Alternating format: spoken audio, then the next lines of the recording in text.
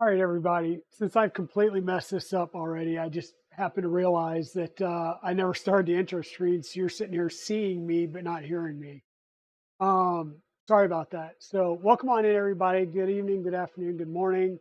Pro streamer here, Digital Dragon, aka Luke. Uh, not even paying attention to what I'm doing. I'm running around like a chicken with my head cut. Welcome on in. Why not? Because Lucas Player. I have not tried the speed test yet. I just saw it came in. I just haven't had a chance to look at it. This week has been a complete mess at work with mid-year performance reviews and other personnel stuff, as well as stuff going on with my brother's mother-in-law. Mrs. Dragon's been out of town all week up north helping with them. So I'm just kind of a complete mess. So sorry about that. I will try that out. I will get to it. Welcome on in, Nick 3DP, and thank you for the resubscribe for 6 months. I appreciate that. Hey, thank you, Bot, for finally jumping on and saying I was streaming again. Yeah, so we will give that a try. Maybe we'll give that a try on the Micron build here once we get it up and running. And speaking of that, that is what's on the agenda for today. We've got everything, I'll say, pre-wired. We still need to add the EBB 36 to the back of the tool head, and that's what I forgot to do. Darn it, I still forgot to print the spacer. So we will have to figure something out. I don't know if I have another one printed in a off color, because I could care less about the color right now. I could always swap that out after stream. But we will make that work today. Today is going to be all about wiring, right? And normally I would be wearing my Crimpin' Ain't Easy shirt from Nero 3D because that's what we do on wiring day. Hey, Nick. And oh yeah, it's wiring time. We got coffee. So I kind of have a slightly different setup on the table. I've actually moved the printer all the way over here, right to the edge of the bench. And I've leaned my tripod over here in just a little bit and raised it up so we can get a really good top-down view of the electronics bay, which by bay I mean really, really short electronics area. So I think normally, normally not I think, but normally you would have your power supply and your SSR would be right up next to it. But that puts it like right up close to this motor. And I just don't think there's a lot of area in there to work in. I was actually watching Steve Builds do his Micron Plus build from a few months back. And yeah, let's get wired. And I think I'm decided I am going to move the SSR back here because I don't have a Raspberry Pi since we're using the Manta board with the CB1. We don't have a UTC because we're using the two jumpers right here for the CANBUS. So what that means is we'll pull 24 volt and ground from our power supply, and we'll have two wires that will come back and directly plug into the CAN bus. So that'll all be good. Hey, Atreides Minis, how's it going? Welcome on in. Okay, after you get the first couple of layers, you can start turning up the speed. Awesome, Lucas Player. Like I said, I will start looking at that. I'm hoping we can print or push some plastic today and at least start getting things squared away. We'll see how far we go or how far we get. And one of the things that I want to do is to help me out mentally. I'm just going to do a quick little markup job here. We're going to have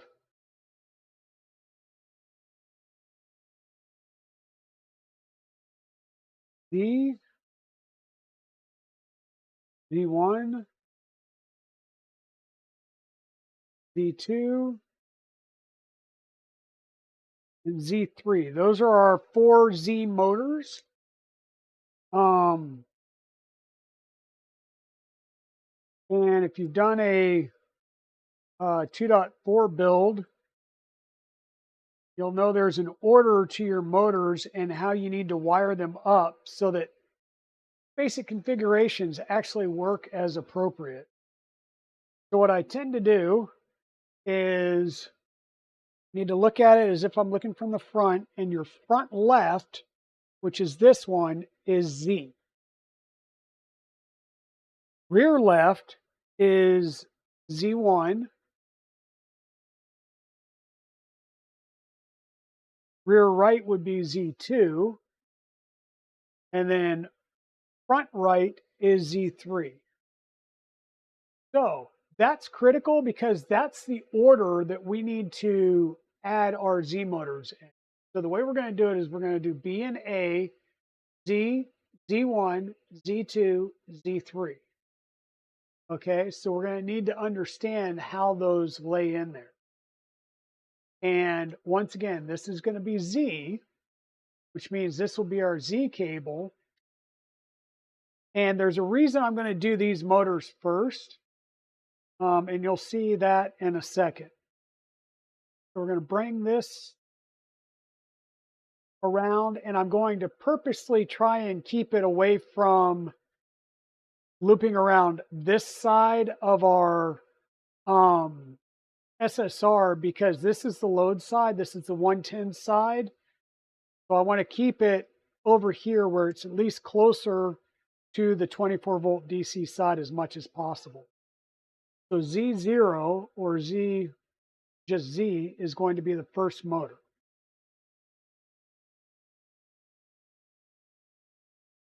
Our Z1, and of course, like I said, I'm going to try and move these around as much as possible, keeping them away from our 110, but I'm not going to have too much. Or actually, the heck with it. We'll just run them. Nope, I am going to have to run it. This one's going to come around, come down here. We'll go into Z1.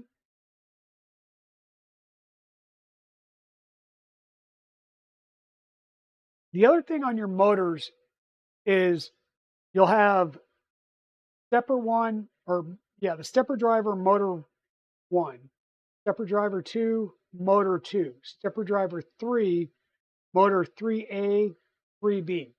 3 is normally designated for Z, so there's 2 outlets here in parallel. You can go into either one. What I do is I always skip the third motor plug and go in, because that way I can just line them all up after that. Z2 is going to come around this side and into the 6th motor connector. Get lined up, push down. And then of course Z3 is going to come down, around, and into that last stepper. And what that will leave us with is 2 empty slots for steppers and 2 empty slots for motors.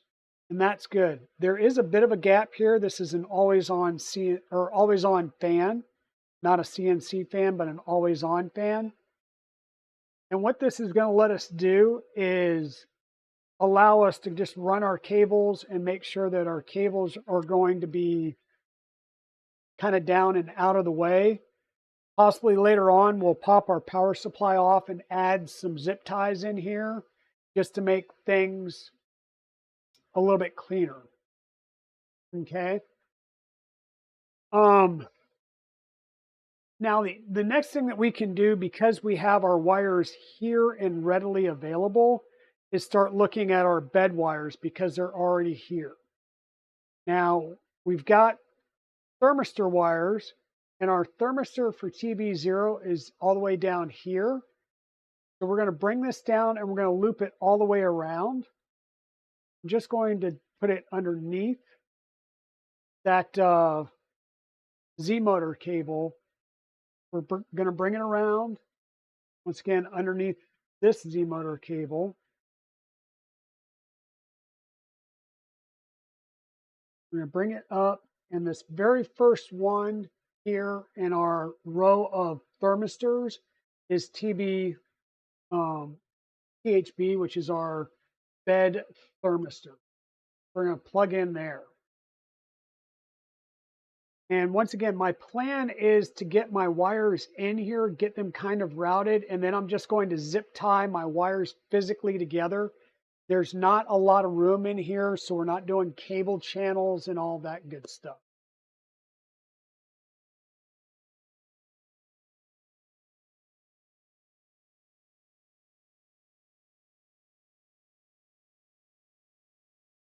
Am I going to put a fuse on the 24 volt to CANBUS board?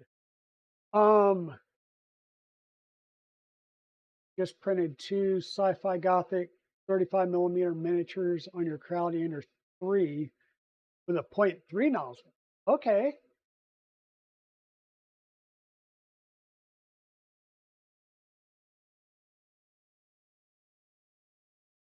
Okay, so yeah, 35mm miniatures and going with a 0.3. That's an interesting choice.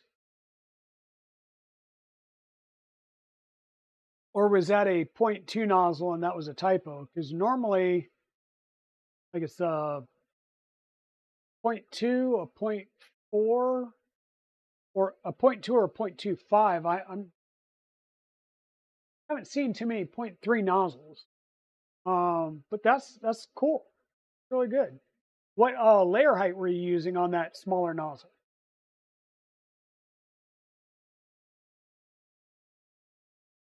Sorry. So I'm going to look at the way the wiring says to do it first, and then we'll go from there. And you will notice that, let me pop over here. I have the Voron 2.4 assembly manual because this is going to help me when I start trying to figure out, just what goes where. Now the kit comes with Wagos, and it comes with a part. Let me see if I can find it. Nope, that's not it. That's not it. So it is going to be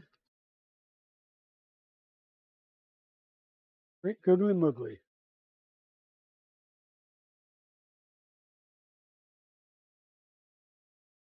We'll grab that, and I think it's down. Oh, there we go. There was 2 parts in the file. There was one like this, which would be a set of 3 Wagos, and these are set for 3-way Wagos. So you would have one for neutral, load, and ground, ground, load, neutral. And when using Wagos, that means you're going to come out of your switch and go directly into the Wagos. Would normally be how it goes. And then from your Wagos, you would go to your power supply. So now you've used 2 of your 3 links just to input from your switch, and then all 3 out to your power supply, which means you've only got 1 more connection. Well, load to the SSR, neutral, load to the SSR, bed to the SSR, and then the other bed wire would go to neutral, which means now we've used up all of our line in neutral. Ground, we've got 1 ground to the power supply, 1 ground that goes to the so switch, power supply, and SSR. What are we going to do with the ground for our bed? right? So what it says here is SSR protected earth to bed protected earth. So this means they want to connect the bed to the SSR, and then there will be a connection from the SSR to the Wagos. Now, some people will frown on that. Technically, it's viable. And the way I've seen this done is this goes right here, kind of out of the way, so we'll have all of our wires coming up from our drag chain. So that would be the CANBUS, the A, the B motor, and the Y end stop would be coming up through here, right here. So we'd have the ability to hook this in. The other option would be for a ding clip, so we could ding clip it in here and come out and go into here and then make the necessary connections. So that's an option. I've used these before, but I would have to use 2 of these. And normally I reserve these over on the 24-volt side of things. Hey, Westry, how's it going? So long story short, I'm going to wire this up the way the kit has been pre-made. And then I may add well, because quite honestly, I've never run outside of the LDO ones that have the jumper in line, I've never run or not a jumper, but a fuse in line. I've never run a fuse on between the 24-volt and the CAN bus. I know it would make sense to, but I've never done it because I've never gotten the equipment to put the fuse in line like that. And if you're, well, no, I was going to say, if you're switching your SSR using bed, then the bed, so normally in order to use bed out, you have to bring power into the bed. So if you do that, then you would think, okay, you're protected, but you're really not, right? You're sending a signal out here, and then you're still, or I'm sorry, different issue there. Yes, you should put a 24-volt. No, I'm not. I'm going to use this wiring harness the way it is. Long story short, we'll cut it there. The big question is whether I use this style of ding clip for the Wagos or if I mount the Wagos under here. And that's all going to depend on the wiring that they gave me in the kit. So the wiring that they gave me in the kit will have jumpers like this that say power inlet load to Wago load, right? So if this was a very short wire, then that would tell me it was meant to go right back here because the switch gets mounted in this piece, which will get mounted right here. So you're going to come out of the switch, and if you mount that other piece, it's really only able to go right here. This is way too long. You're going to cut it off, and you're going to cut off the entire label. So your option there is to either cut it short and redo the crimp on the spade, so you can still use the label and the crimped Wago, or we do the Wagos over here where we're still going to be way super long, but we have the ability to kind of move things around and route them a little.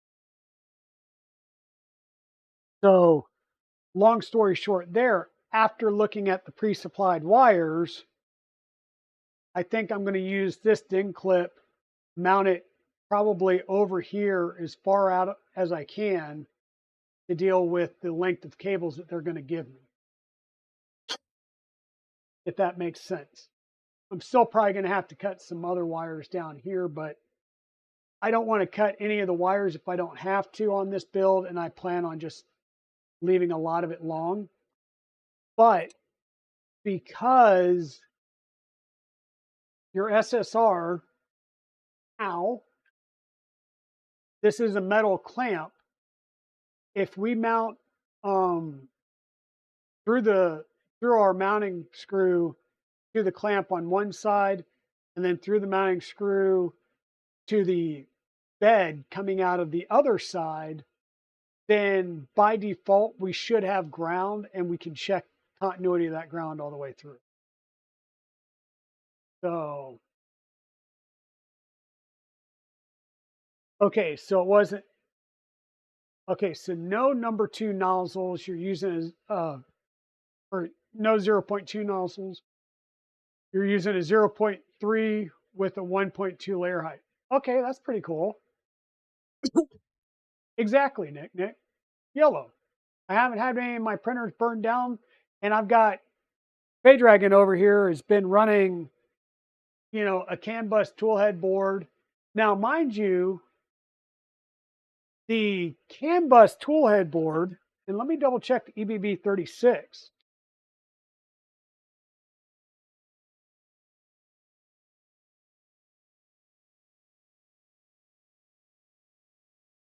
So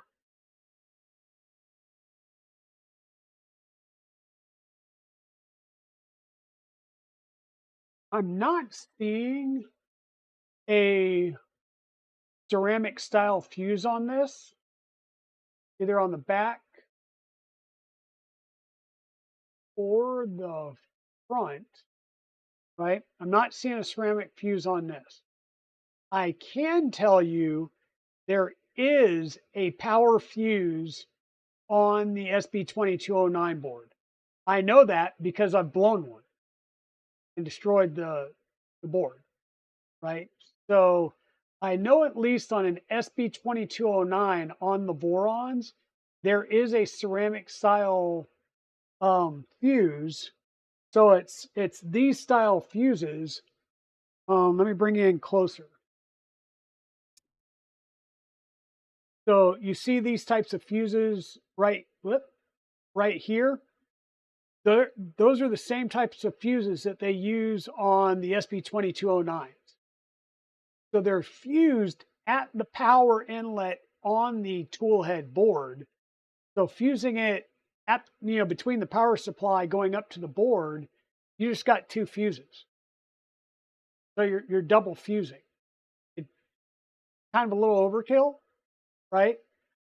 Now, these are designed to pop. Now, if the one on the board was kind of like the fuses that you would get on a bed that are resettable, meaning it'll go up to 130, 140, and then it expands and opens up, breaks the current, and then as soon as the bed cools down to, you know, whatever given temperature, it resets, then I would still put a ceramic fuse on that, because that could let your SSR go into a runaway situation where it would just keep heating and cooling. And if you don't realize it and catch it, you're going to warp your bed and you're going to burn things out.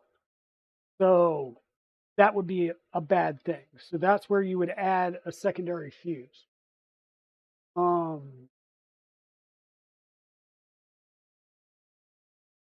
So yeah, I think that's what we're going to do. So on the bed, we've got the ground, and it does tell us to go to the protected earth. Now we can link both of these together through the same screw so that we have a good connection between this screw and the protected earth that's going to go to, you know, our Wagos, and go through the same screw to ensure that the bed is properly grounded to the SSR and everything is properly grounding, which should be grounding the DIN rails. You know, I don't know. It's up to you and how it's up to you and your level of safety, protection, risk, and all of that, right? So what I've got here is I've got some M4 socket head screws. Normally I use like M4 by 6 button head screws.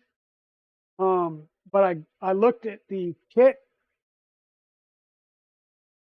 and I just dropped an M4 screw. Where'd it go there? And they do have M4 screws. I cannot remember off the top of my head how long they are. I want to say they look like they're 8 or 10. We'll verify. So they're M4 by 8s, normally a little bit longer than I would expect. But if you're going to go and do your grounding both through the same screw, then having that little bit extra would be good. I do like that they're putting eyelet connectors on, or eyelet connectors on here, the circle connectors, rather than spades, because there's no way it can pull out. That connector's not coming out. The wire will come out of the connector before the connector comes out of the screw, right? Wall fell on the farmhouse, so we had to scramble and close. Was that the wall by the fireplace, or was that a different wall?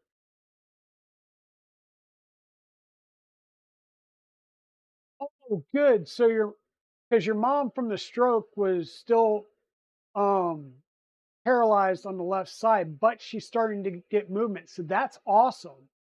That's good progress, Westery. Sorry I missed that. That's good.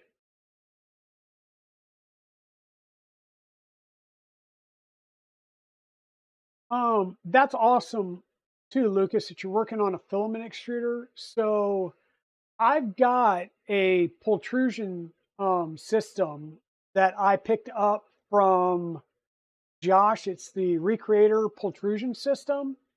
And I also wanted to say another project that we will be building on this stream is the hold on one second. I know I'm gonna screw up the name, so let me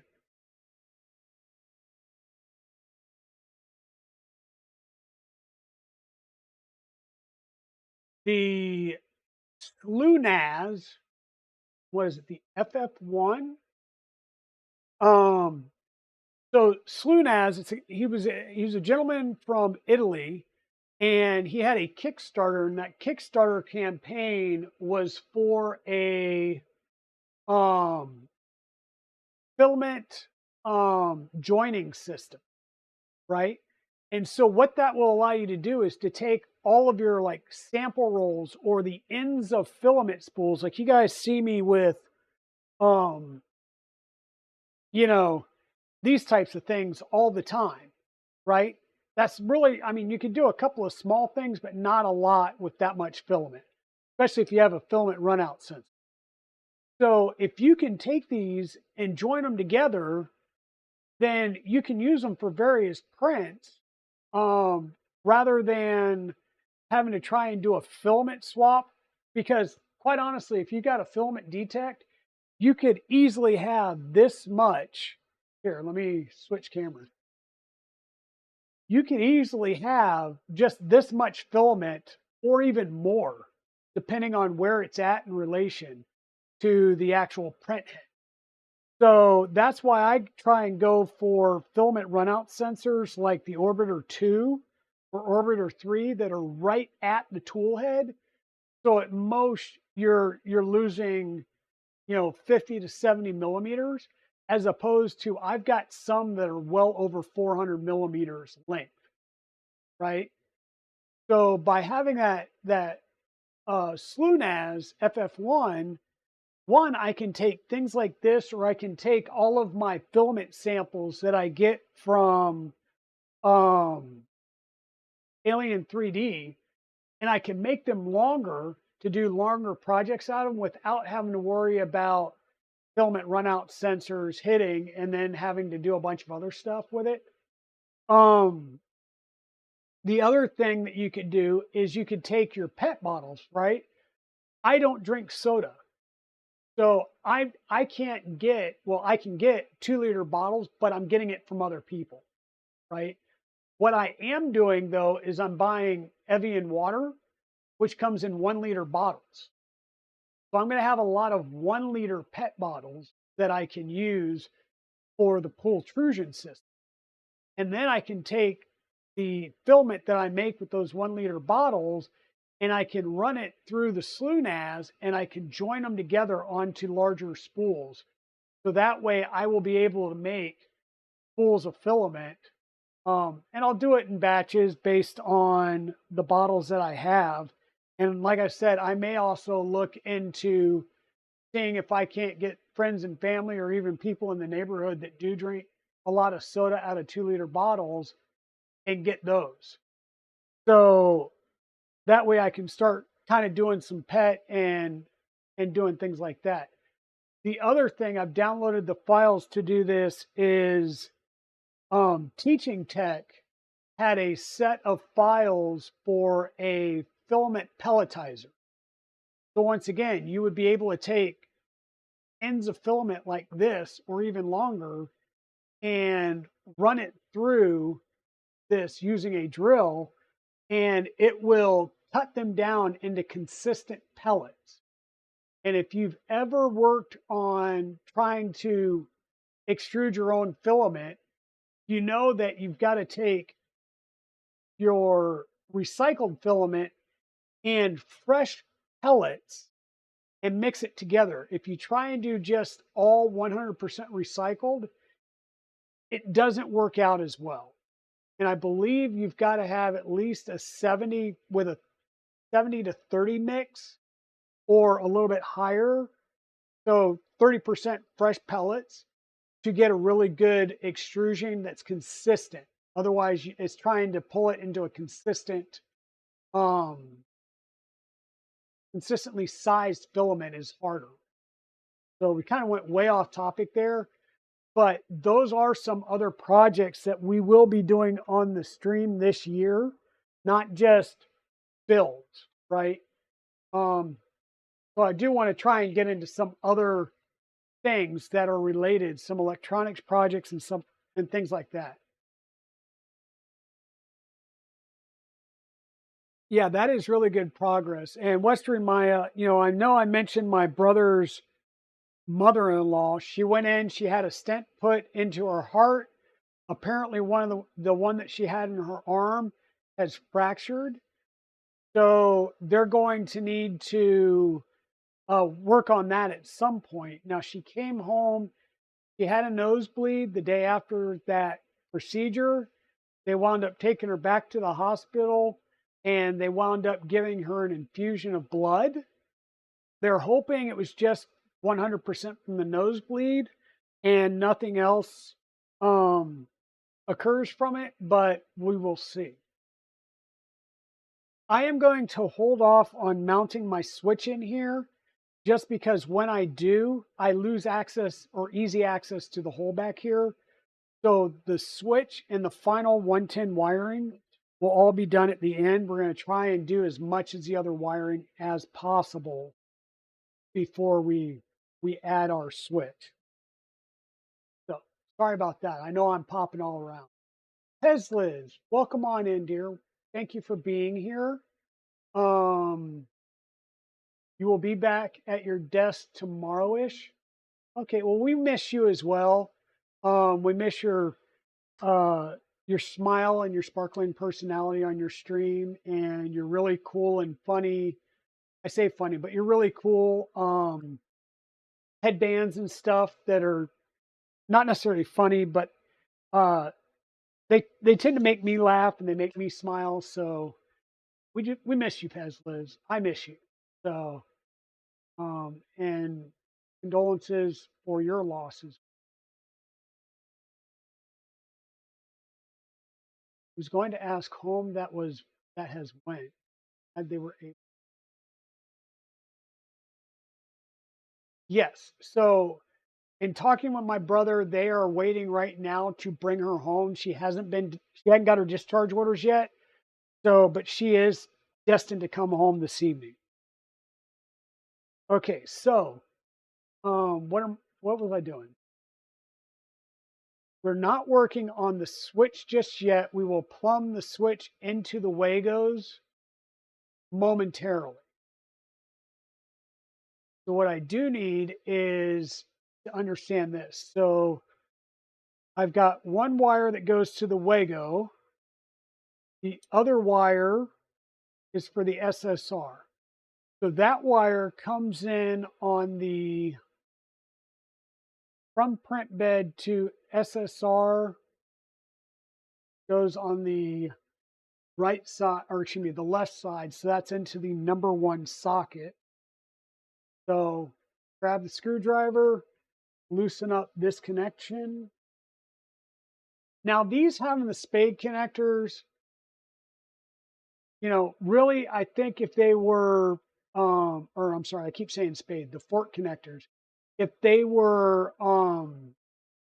the eyelet connectors, I think they would be a little bit better, but I can also live with these being fork connectors, quite honestly. This one will go over to our Wagos. What I'm going to do is pull out my AC wiring.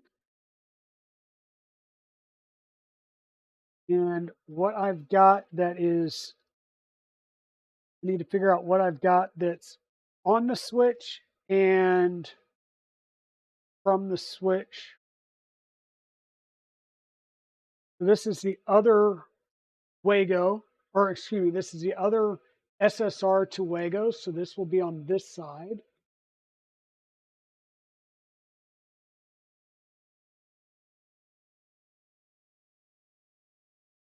And so once again, what we're doing here, folks, is we are wiring up our connectors using the wiring, the pre-made wiring that came in the kit.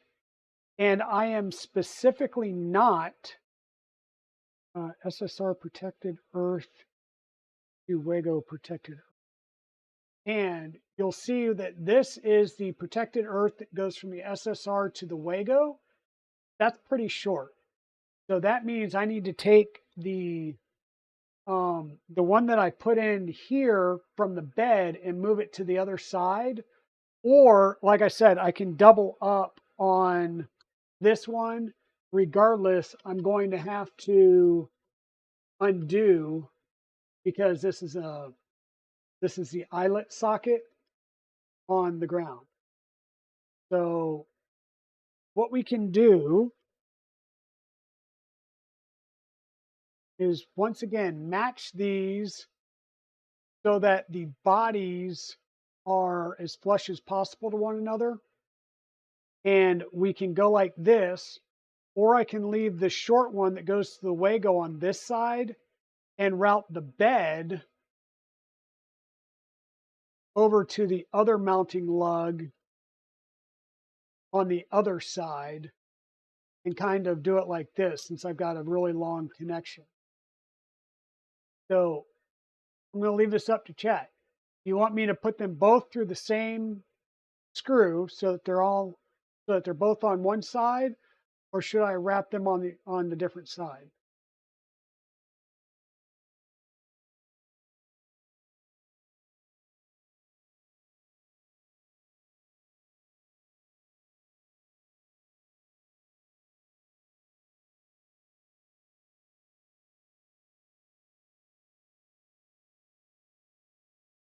And one of my thought processes, I don't think I have an M4.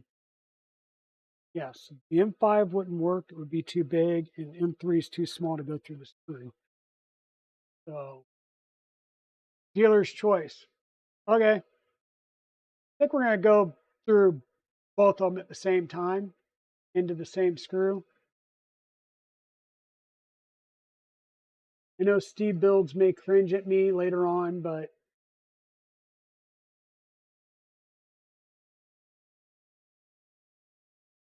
we'll do things for our viewership.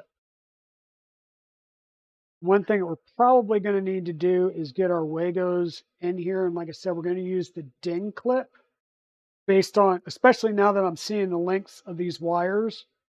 There really wouldn't be an easy way to do it unless I move the SSR up here and then put that Wago connector down here. I might have the space to do it, but I prefer to try and have this stuff easily accessible in case I ever need to do other stuff. Now, the other thing I'm going to do is I'm going to mark these. So with that,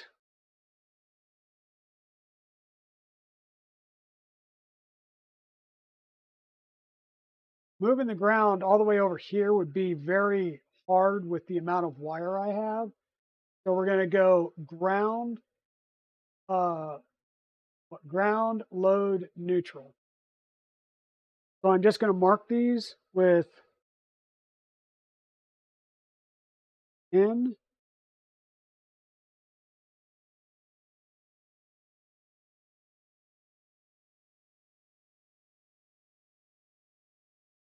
L.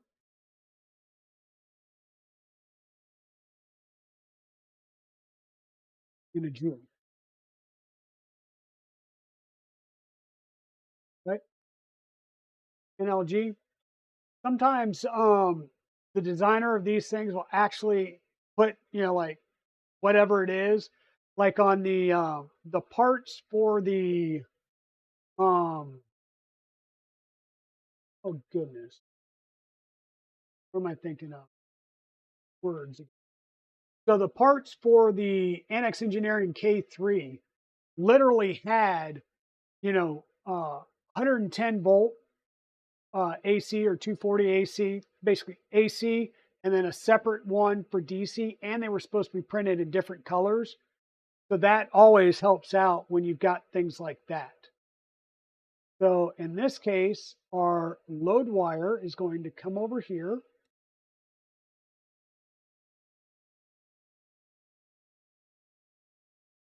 Our ground wire going to snake right here to the next, right next to it. Okay. And the bed going to the Wago is going to be the neutral. So the hot side of the bed or the load side went all the way on the end. So that's where I'm going to put this one. And I try and keep all of my wires kind of lined up. So all the way on the left where I have the N, the L, and the G will be the connection to the switch. And then the middle ones that have the Wago branding on them will be the ones that come from the Wago connector into our power supply. Hey, Tech Cheaper, welcome on in. So it's a wiring stream today, and once again, we are going off of the wiring provided in the kit. And these are all power inlet to Wago. These are the few jumpers between the switch on the power inlet. These would be PSU to the Wago. So once again, these are like 20 times longer than they need to be. What I may do is literally cut these and just do new terminations on the end for connecting to our power supply, because where I can understand having some space for workability on our bed, that's way too much. Like I could probably wrap this around 2 or 3 times. So we will cut these a little bit shorter, but I'm going to cut them and re-terminate the fork connectors that go in here. That way we'll have a little bit easier time with our wires. Because as it is, we're going to have to do something to protect these from themselves, basically. So let me grab my wiring stuff. We'll need grab our different types of crimps. We will grab our wire cutters. I will go ahead and grab my crimpers just in case. We'll keep working through what we have here.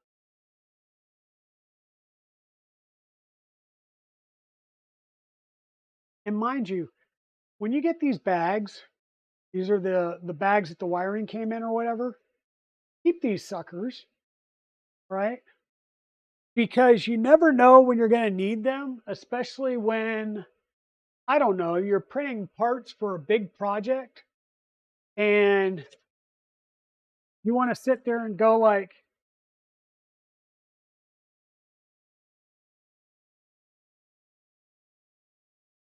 these are all the parts for one section of the manual. These are all the parts for the next section of the manual, you know? And if you've got little pieces, you can put them in smaller bags that are used for, you know, little bits and bobs out of your stuff. Now, granted, I mean, with as many builds as we do here, we've got plenty of extra bags. So I don't keep them all anymore, but, you know, why not keep them instead of just throwing everything randomly into a box and then having to dig through them. Like right now, all the parts for the Trident build are sitting in a single box. And I'm going to have to go and sort them out here shortly so that we can start that build on Saturday. And I'll be able to easily find the parts that I need for that build. So just things that we can do to make life for ourselves easier. And speaking of doing things in our life to make things easier, so this is PSU load to the Wago load. So once again, these are all the PSU wires are going to go in the middle. We're going to put these in our middle Wago, the middle of each of our Wago connectors.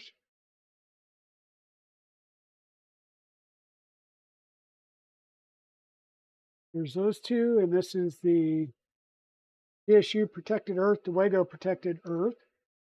That'll be the protected earth one here.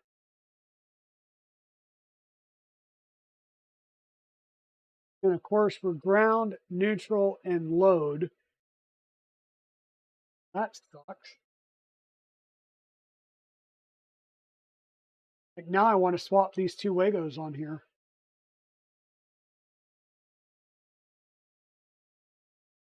Just so it matches up with the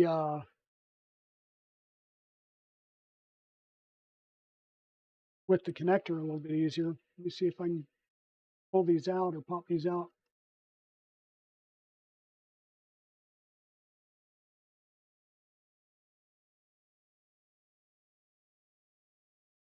Get started.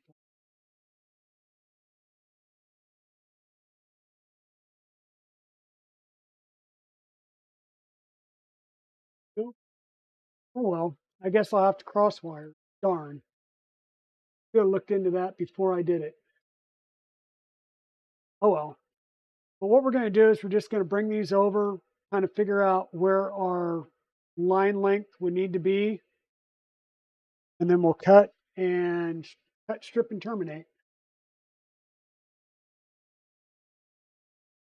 And once again, we'll be able to reuse these nicely color-coded wires for another build down the road, because I'm sure I'll do a build that will need them.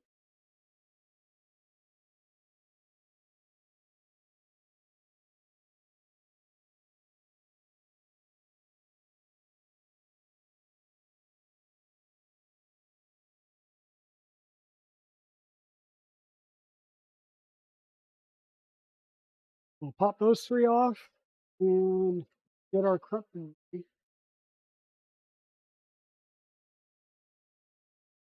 They have not come in yet, Timor. I do have notification that they are moving their way through, we'll say, the Chinese side of the system. So they were ordered from AliExpress, and they will be coming in from China. So as soon as they get here from that mechanism, we will be good to go.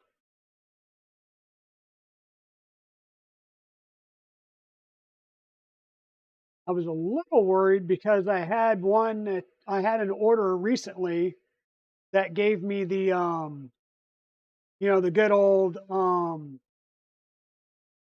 unable to deliver. An issue was encountered and couldn't be delivered. And the last time that happened, it was when Fadus was trying to send me something, and it took it literally had to be shipped all the way back to them because I think the shipping label was damaged and they couldn't read the address.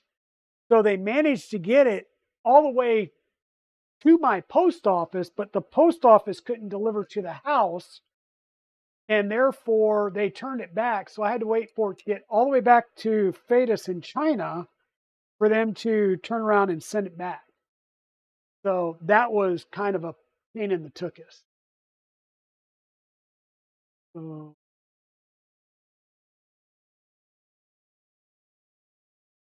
but anyhow, that particular package, it was just the mail folks said that they could not make delivery to the house, which was funny because they delivered 3 other things to the house that day.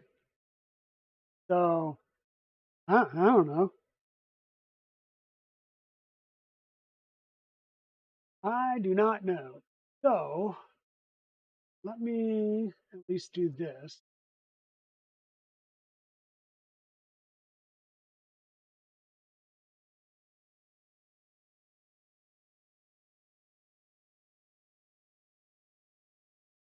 What I'm doing here right now is they did such a nice job on the labeling that I actually want to show off the labels. So this was the load.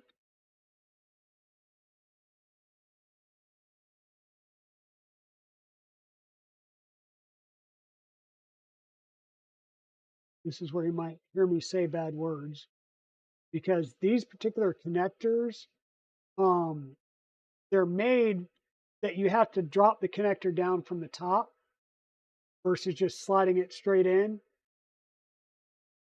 And then it's either the screws I get in first time every time, or it annoys the crap out of me for a while. Yeah, I ordered 2. I ordered the Triangle Labs kit, and I ordered the one from like C Lead or something like that. C Lead. Um, because they both had IRCFA 1 6 carriage to IRCFA 2 8 carriage, or 8 lanes, whatever they call them, 8 carts, along with um, the cottontails and the all the different parts that make up IRCFA 2. So I went ahead and bought both kits. I want to see what they both look like and then go from there as far as which one I decide to use on stream and on that build. And potentially, maybe I'll get another kit that I can use down the road on one of the other Vorons that I have, since I'll have several. But I figured putting one on the Trident 350, since it came in that kit from DFH, was a good idea. I've got the trad rack that I'm probably going to rebuild because my color scheme doesn't work. So I will reprint parts and rebuild the trad rack so that it fits on my K3. And then we'll also have black box coming soon. So I do have confirmation from Chris, KB3D Chris, as for when that is coming.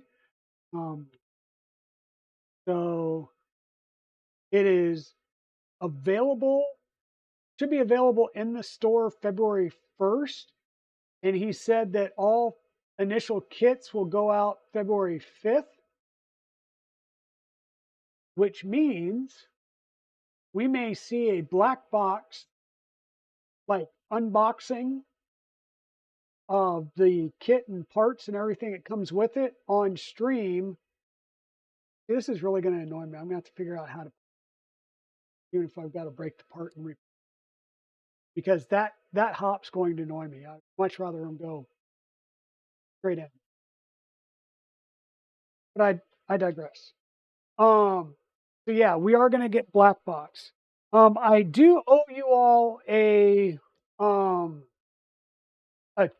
Twitter announcement and announcement on the channel as well for, excuse me, all the things that we're going to have to gift out to the community on my streamiversary / birthday stream, which is happening Saturday, February 10th. We are going to have stuff from KB3D. We're going to have stuff from LDO Motors. We're going to have stuff from Fadus. I'm going to throw some things in out of my own stash. And there may even be merch that I will put out there as well. So, you know, you may be able, I may put out some coffee cups and some shirts. And what I would do there is coffee cups, no big deal, but shirts, I would get your size and your information and then ship it to you. The stuff from Fadus has certain limitations on it as far as locations. It's not fully worldwide, but it's in multiple areas around the world. And I will take the name, provide the name to Fadus, and it will be I think it's like around the 19th is when they're back from their, was it Chinese New Year holiday? And they will ship stuff out then. LDO Motors is, I believe, US only. I'll have to double check that. And then KB3D is going to be worldwide because it's gift cards.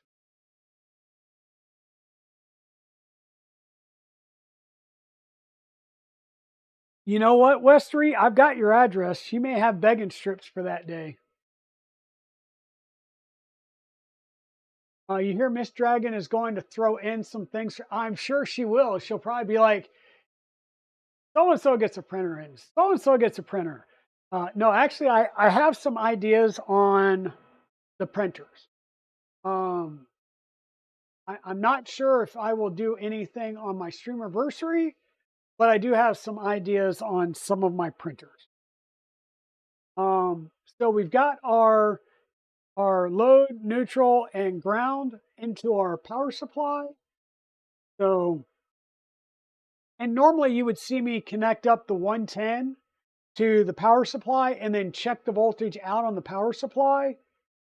There's no setting. You know, you don't set this for 110 or 230, and it's going to be set to 24.2 coming out. Those are factory set. There's no pots here to twist and change those. It's just the way they are. These are the UHPs. They're the higher end of their whatchamacallit. So we've got that. What else do we have here? We've got our power supply to motherboard wires. Okay. So we will grab these.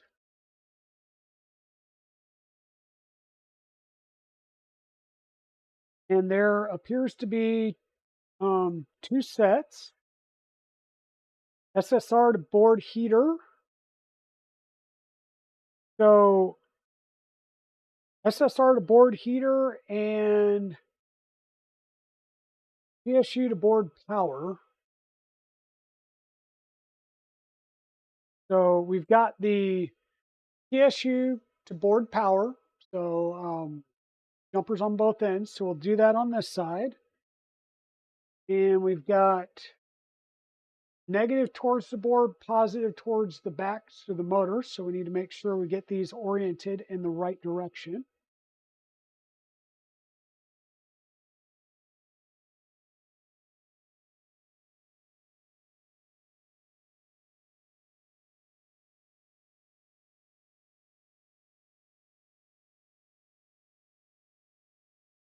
Oh, I know she asked.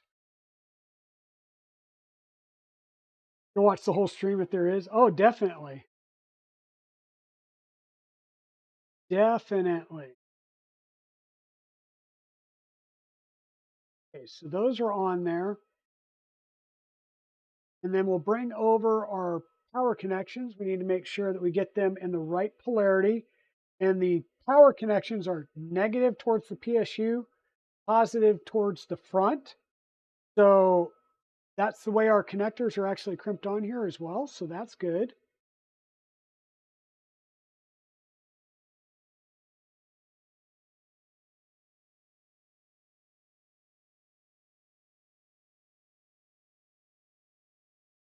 Wonder now if I think they've got two different size of crimps on here. Yes, they do. So the ones on this side are smaller than these. So these go on the power supply, these go on the board itself. So we will swap that around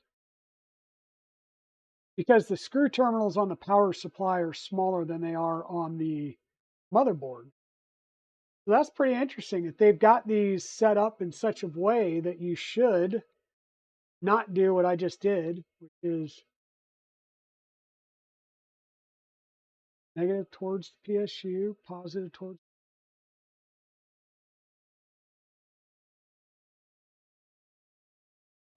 the front.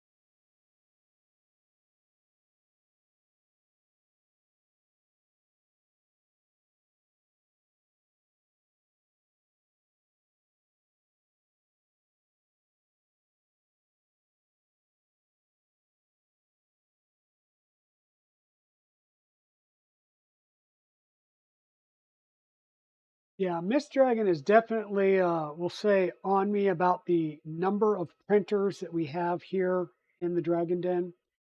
Okay, so there's a motor power. If we were going to be providing an alternate power, high voltage, to any of these motors, we would have to plug in a separate power here, which does have a separate fuse for it, and we would change the jumpers that are between the actual 4-wire motor connectors and the stepper.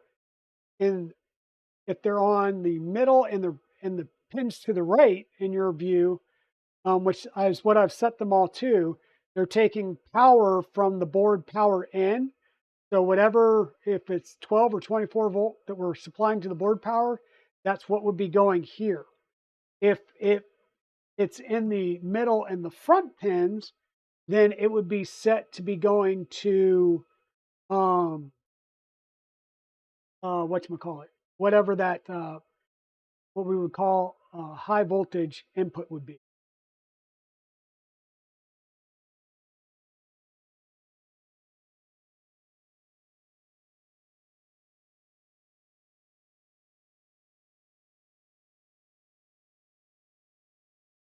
And there's nothing that stops you from putting it on the separate motor power and running a secondary power in here.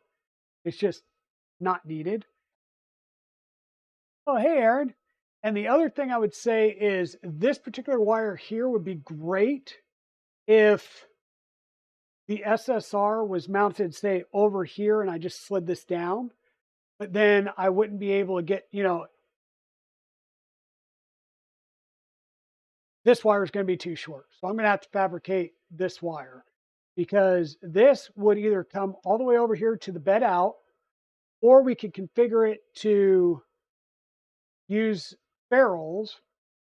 I like this. It says SSR to board HE1. So that's good. So this is actually saying rather than use the bed out, in order to use the bed out, you have to provide power into bed in. So what you do is you take and put this into HE1 and then go to your SSR, and you would use HE1 as your switch to turn your SSR on. This just is way too short. It's not going to get there. So we will fabricate this cable on our own. And speaking of fabricating that cable on our own, let me grab some cable. That cable does not need to be very big. You could use 24, 22, 20 gauge, because all you're providing is signaling. So it's not going to need to be a big cable. All you really need is a 2-wire cable, preferably a black-red cable pairing to keep with the quote-unquote DC voltage identification.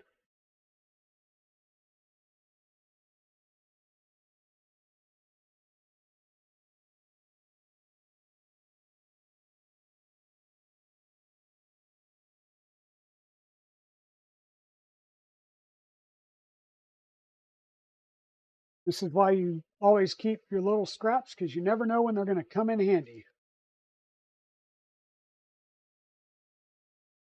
for various projects, especially when I've got droid builds getting ready to come up on the stream.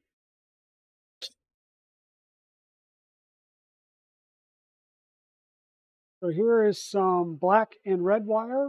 It was twisted, so this tells me it was probably used for a CANBUS toolhead board.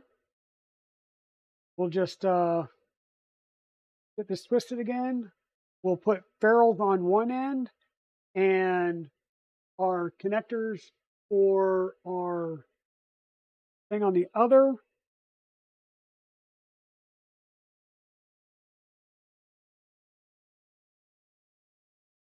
So how's it going, Aaron? Hope you're doing well. Welcome on in, Kenneth 3D Prints. Hey, Chewy. So we've got Status, and I've got some stuff from LDO. I don't have anything from West 3D for that stream, Chewy. Or at least not yet. I haven't reached out to West 3D. I don't have a lot of contacts at West 3D. I did reach out to Polymaker and Sparta 3D. Haven't heard from either one of them yet. So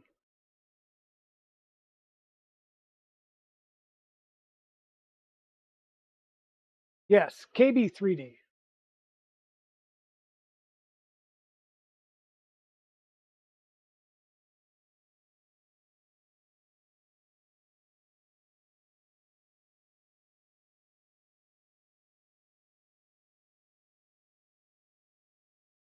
So on our stream last week, Chewy, we took apart Fey Dragon, which was the 2.4, my purple and pink 2.4 that we built last year. It was my first large Voron build that was printed from the printed forward parts that I won at Rocky Mountain last year. And we put in place the whatchamacallit.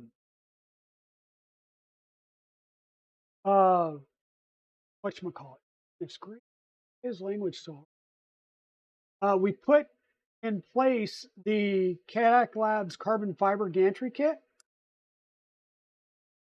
And in so doing, we also pulled off the tap and put on a CNC tap V2 from Chaotic Labs. And we're reusing that tap, the parts from the printed tap for this build on our tool head. And we also took off the mini 12864 display that I know to be working. And we're going to take that over and put it on your build. So it's It's actually sitting in the other room now, waiting for me to go and just swap that, or yeah, I have to swap the printed parts because it's not the right color scheme. So I'll swap the printed parts and get that going. So got those there. We're going to strip those wires and put on some teeny tiny ferrules, preferably without spilling this entire package of ferrules, because that would be a bad thing. Cool. I likes money. Money's good. Grab those two. We will strip these.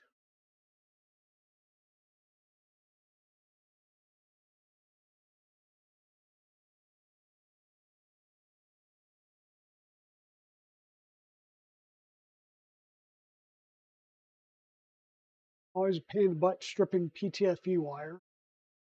Just trying to get hold of it to, be able to strip the wire. And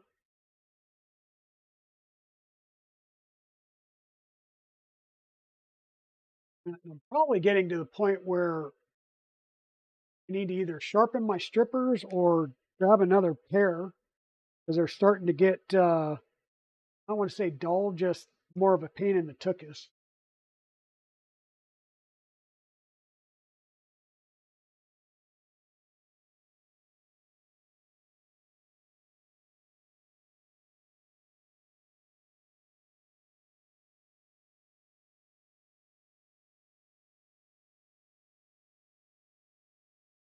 And one thing that I wind up doing with these wires, especially on the smaller,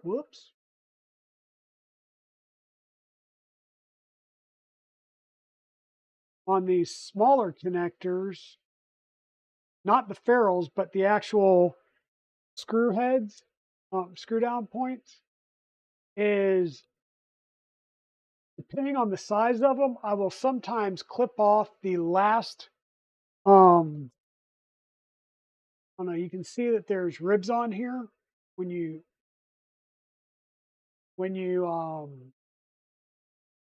do your ferrules, you get these little ribs on it. I will normally trim the last tip just so I get all the way up to the plastic part of the insulation in the connector versus leaving a little bit exposed, just because I feel like that protects me a little bit more from any potential issue. We'll see where we're at here. So we're going to go into HE1, which is our second set of two connectors. And I'm trying to see. It's negative towards me, positive that direction.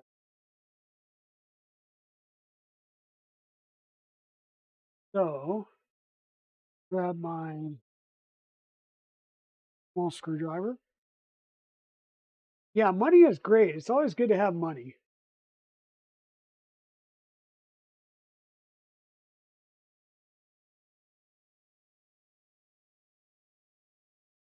Now, let's see if I can get these down in here without having to pull the board or something.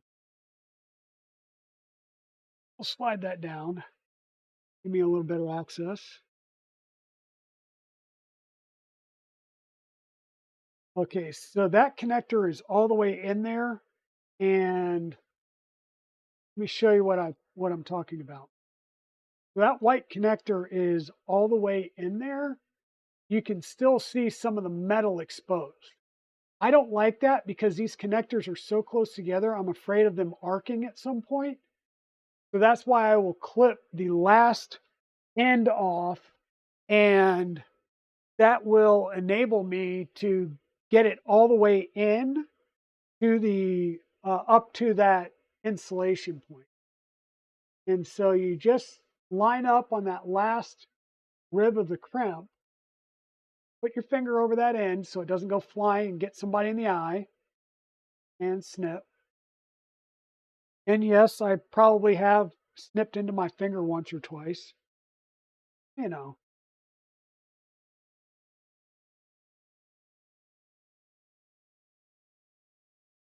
feels good.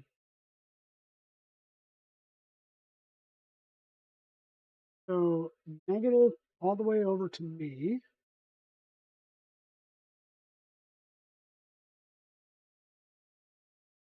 Negative, aka the switched side. Positive towards this side of the board, according to the silk screening. And double check that in the manual. We will double check that in the manual. What's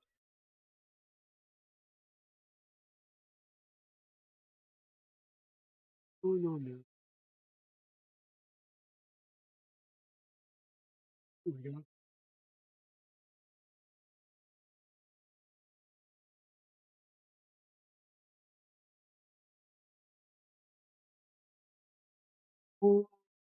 So Big Tree Tech Mantible. Double check.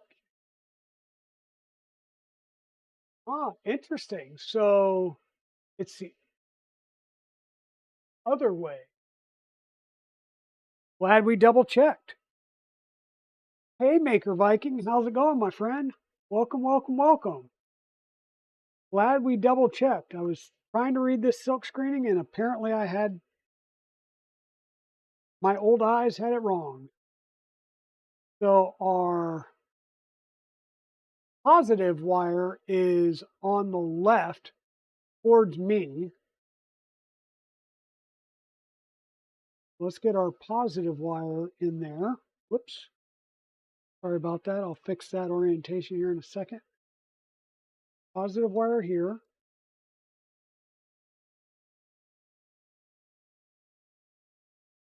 Negative wire right next to it, of course.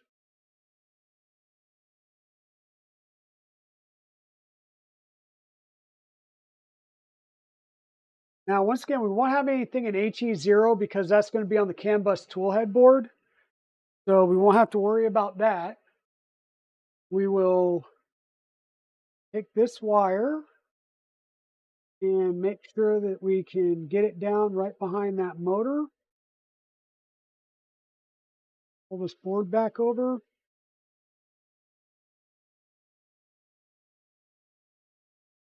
Here we go. Everything's back in place. These are wires that we're not using. Just for that piece. There. This goes in here so I don't make a mess.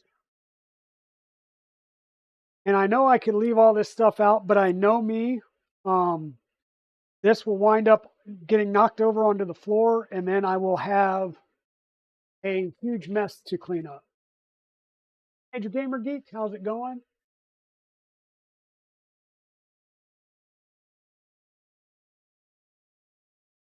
I initially read that as Happy Thursday, y'all, and I was like, or I'm sorry, Happy Tuesday, and I was like, it's Thursday. But yes, Happy Thursday. One day closer to the end of the week, thank God. Okay, what else do we have here? We've got A and B motor wires. So we'll need to get those routed, we'll say up or down, one of the two. And these are listed as X and Y motors. We just need to make sure that we get them plugged into the right place.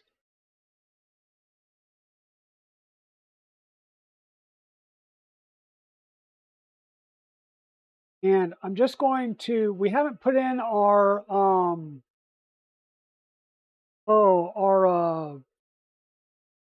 cable chain yet. We're going to bring this up. Looks like we should have plenty of room for cable routing. We can bring this straight up and over. We can try and bring it around. Or we can bring it truly up underneath. But I think bringing it around should work fine. What I need to do, though, is double check which motor goes where.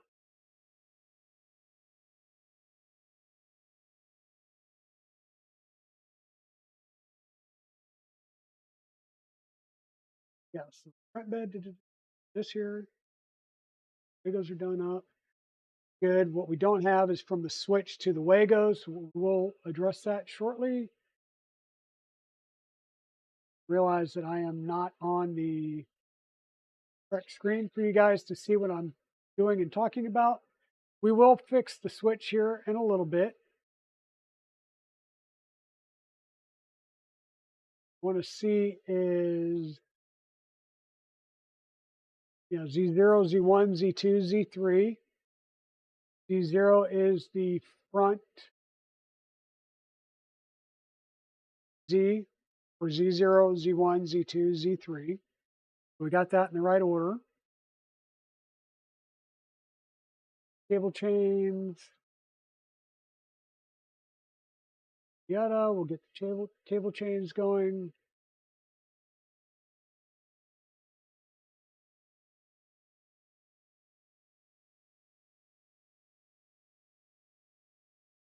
So they do A and B instead of X and Y. We're going to say Y motor is the A motor, is the back right. X motor is the X wire is the B wire, which is the back left.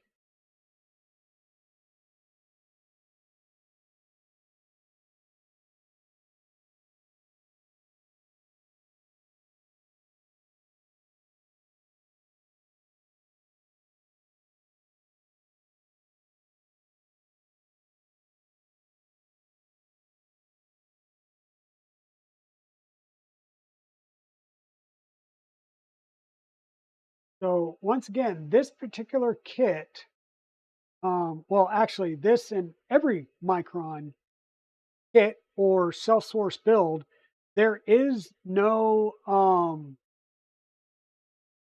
there is no wiring guide. The build manual stops. So you just have to be cognizant of that and know that you are going to be doing some wiring on your own. That's why I chose to just grab the 2.4 wiring guide, because I know that that's going to work for me. So the XN stop goes to the toolhead board. The part cooling fan 2-into-1 connector goes to the toolhead board. The CANBUS wire will come up to the toolhead board. All of these other baggies go over there. These are for the switch. This is excess wire. This is for the clicky PCB, which we will not be using. We're not doing clicky, we're doing boop. So that's extraneous. And see what else I may have or need.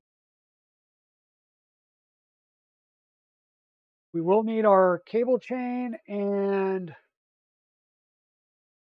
guess right now we're pretty close to at least having everything routed up, down, and around. YN stop's going to need to be routed up, down, and around. So let's pull that through.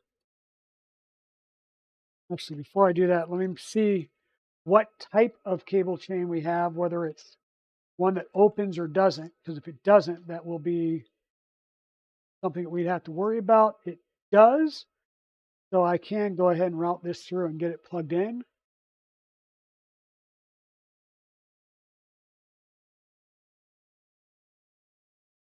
And once again, this is the Y end stop, and our end stops are actually right here on the board. So X, Y, I'm going to go to the Y, make sure that we're pinned out right.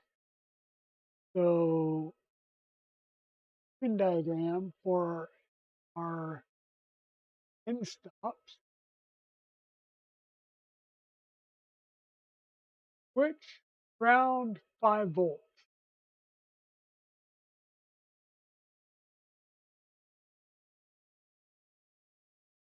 Sure. Got the, so it would go 10 ground and then 5 volt. Now they're using a black and white wire or a black and red wire. I would have, yeah, that's good. It is what it is. We'll just kind of loop this around other wires.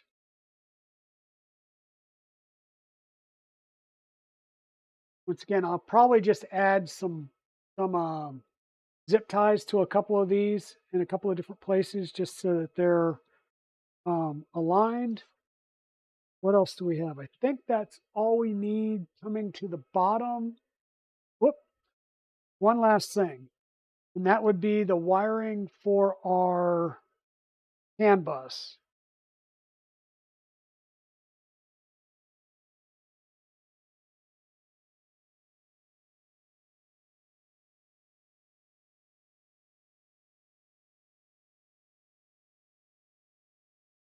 Fine.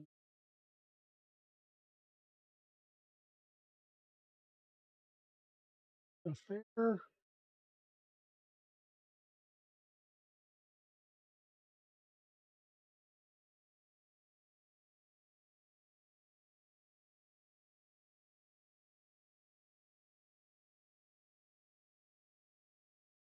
I have been printing all of the files for the black box in polycarbonate carbon fiber.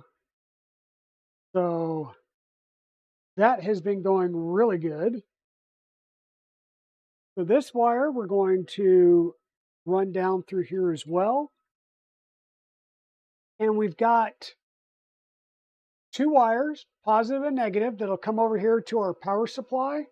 We're going to come directly off the power supply. And then the high and low wires will go directly over here to our CANBUS portion of the board. So we'll walk through this in just a second once I get this put on here.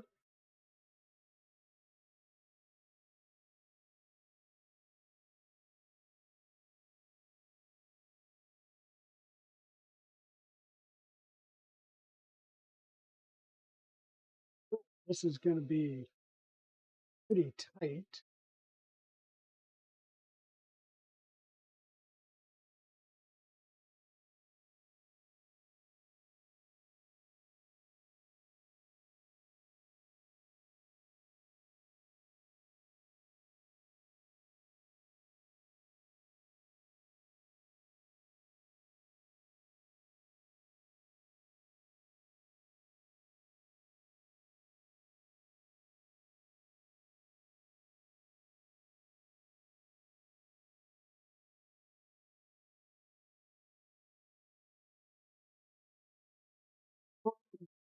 Do I know why it's so hot in your room after you turn off the printer? No. I will tell you, I've got the AC going right now because I've got one printer printing PC CF, one printer doing ABS, and the other one's doing whatchamacallit, PLA, or was doing PLA. But with 3 decent sized printers, 2 300 size Vorons and the K3, I was generating pretty decent amount of heat.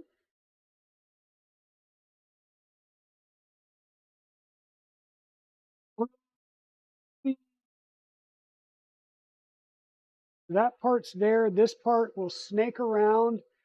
And we've got these 2 connectors here are high and low. It doesn't matter which one you go in. They are parallel to each other.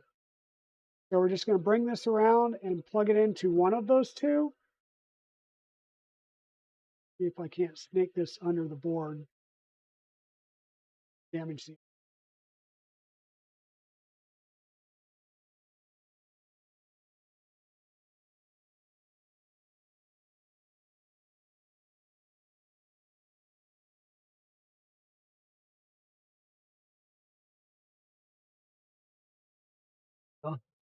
Just like that.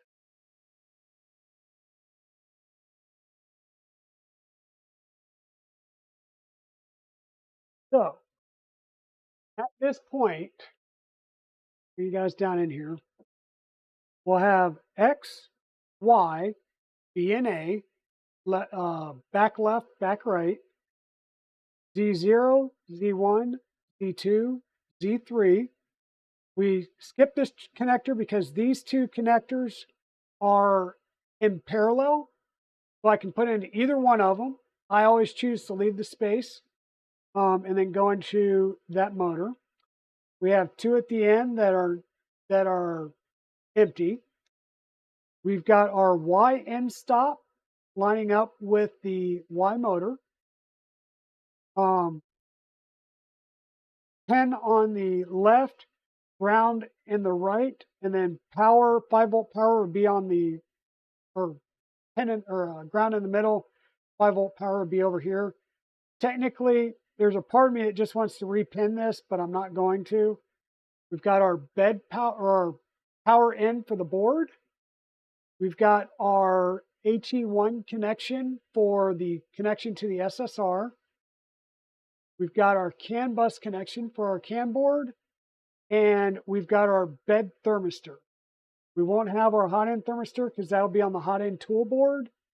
And that's it. That's everything we got for right now. So possibly when I go to add the display, I'm going to have to pop the board off because the connector for the display, if it's the FPC ribbon cable, would be on the underside of the board. So I would have to do that when I go to do the display in the clipper screen. Bed comes in and we've got bed neutral going to the Wago. We've got bed SSR going to the load.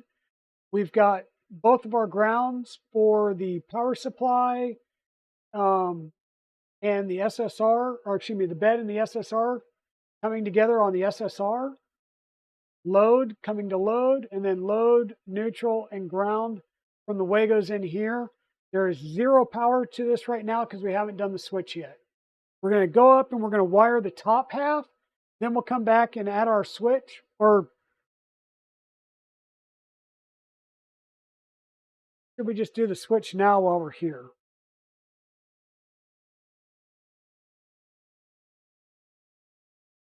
We could do the switch now while we're here.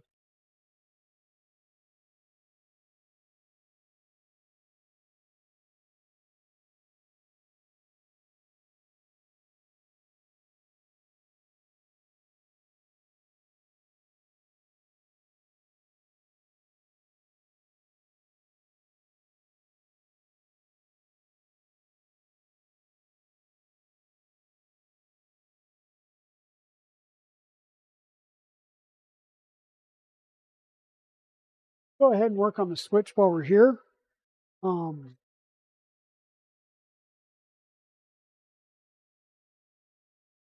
Yeah, I can never remember. I think I've got a spare one around here somewhere, Chewy, I could look at, but I cannot remember off the top of my head. So let's go ahead and do the switch while we're down here. That way we do everything at the top and we should be done. I'm going to desk scroll here for a second to get back up here to the switch. Oh, darn it. So that is the switched. Oh,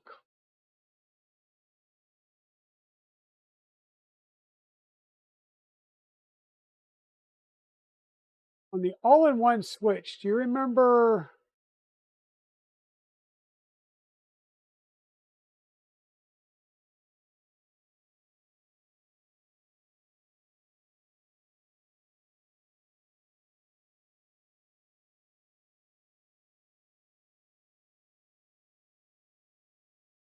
Dang, I can never remember on the all-in-one switches.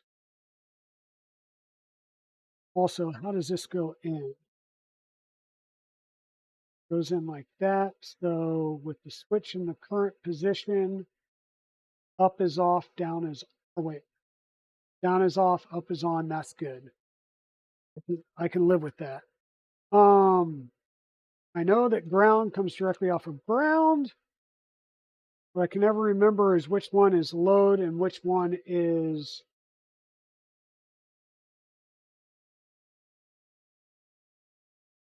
so neutral is not the one that switch or that goes through the fuse, right? The fused is always the red side, correct?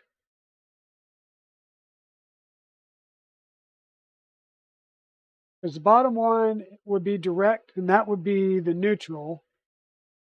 Red side would be the one that's fused into the switch.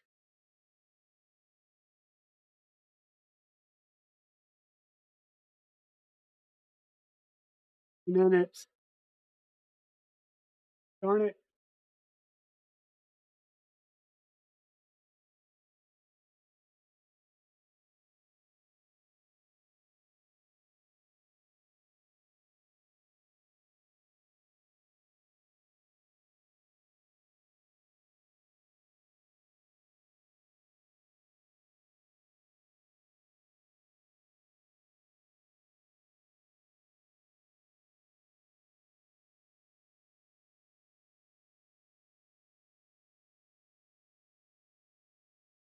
yeah. So brown, blue, red, blue to that side, red to that side.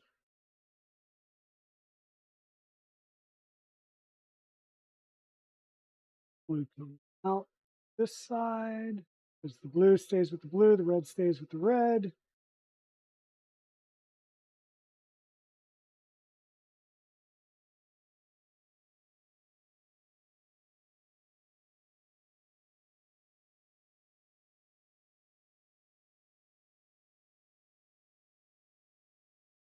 Okay, so ground, neutral, and live, or the load, live, whatever. It comes through the top pin, which is joined to the fuse.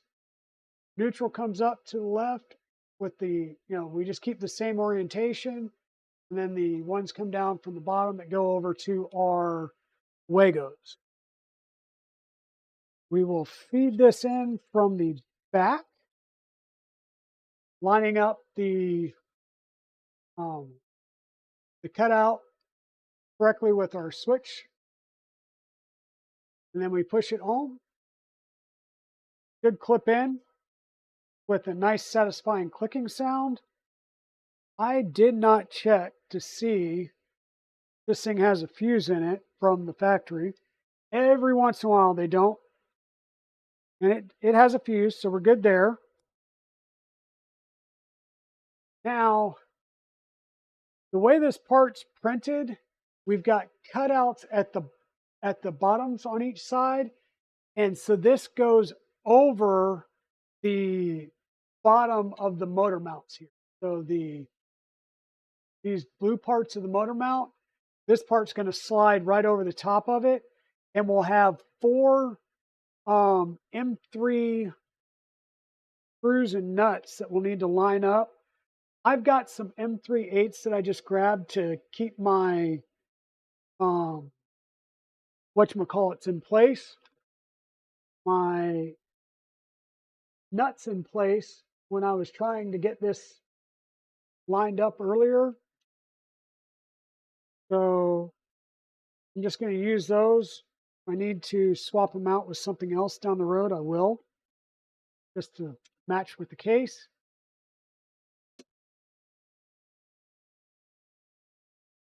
That goes in just like that. There's holes from the top down that will let you come in and cinch these up.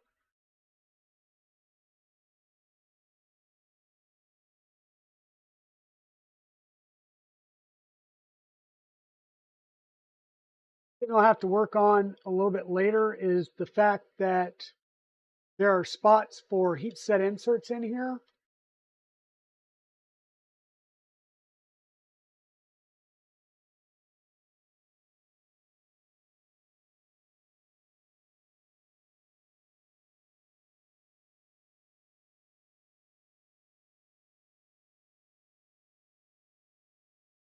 there are spots for heat set inserts on the bottom plate here, and that'll be to hold the bottom of our bottom panel, the electronics cover, basically.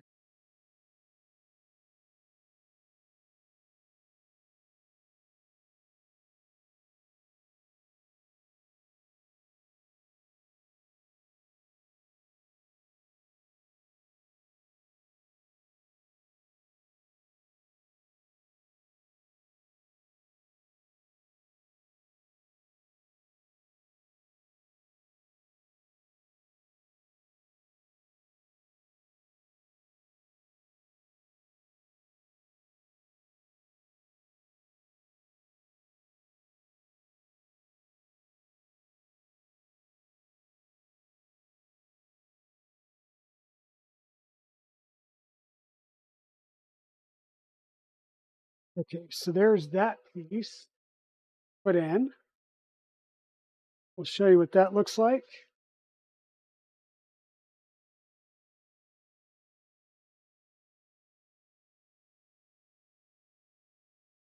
So the only thing I don't like is this is right in the middle, which means you've got to reach around to find the middle.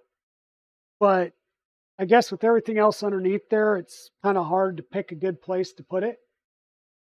Now we're going to flip this up on its feet, and we'll start dealing with all of the rest of our wiring that we have up here. So we'll have our motor wires, we'll have our Y end stop, and then we'll have everything coming up to the tool head. So I'm just going to move this forward and probably want to move this all the way up. So bear with me because I have a feeling that putting it on its top will be the easiest way to push this down.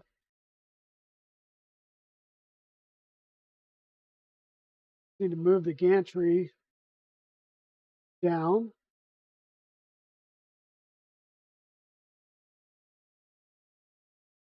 In this case, up.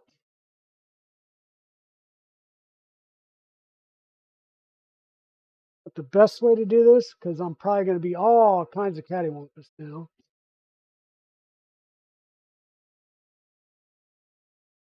I'm just going to bring all four corners to the uppermost bump stops. So that should, in theory, get us good. Now, we still need to run these wires as well, so we'll go ahead and run those. Red to red, blue to blue.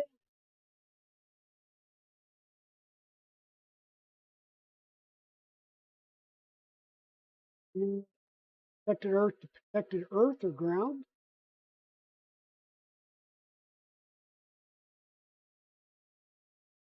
And once again, we have plenty of extra that we'll be able to route in here and call it a service loop.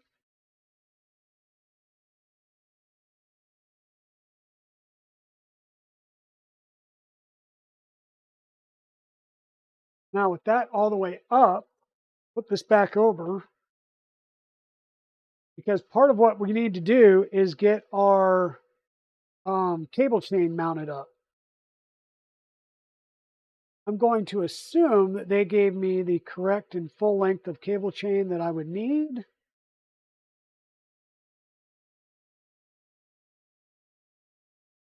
This we know is most likely not in the right location. And we don't have our lower one in place yet either.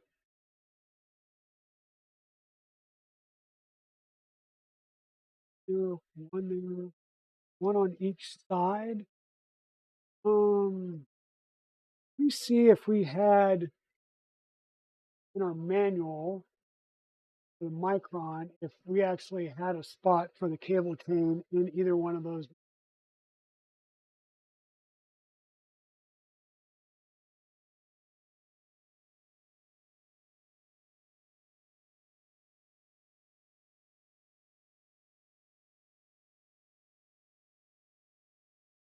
So it's most likely in the gantry installation section.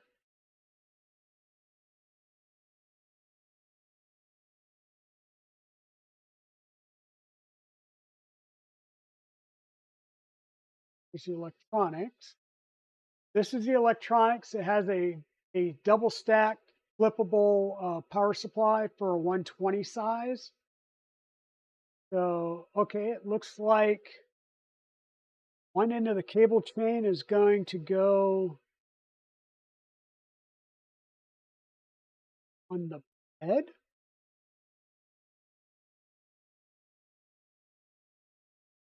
Be news. Once again, this I believe is a different part than the one that came in my kit. Yes. So we will have a cable chain that will kind of sit like this. So we have to do some heat set inserts into this piece. That over.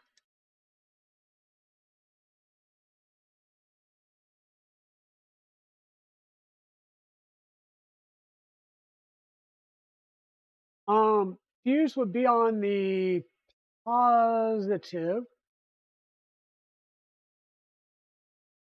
Well, let me think about that. The negative is switched, but I believe it's always on the load side that goes to the SSR, not the neutral side.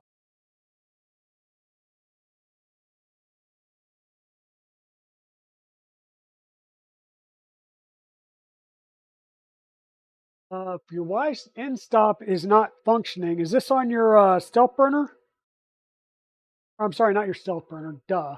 Is this on your switch wire?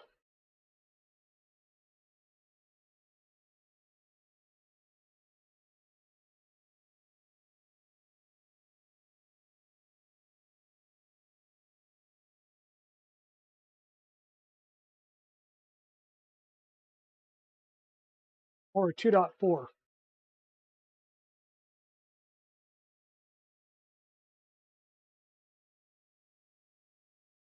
I'm just going to grab a couple of heat sets from my own stash for this part.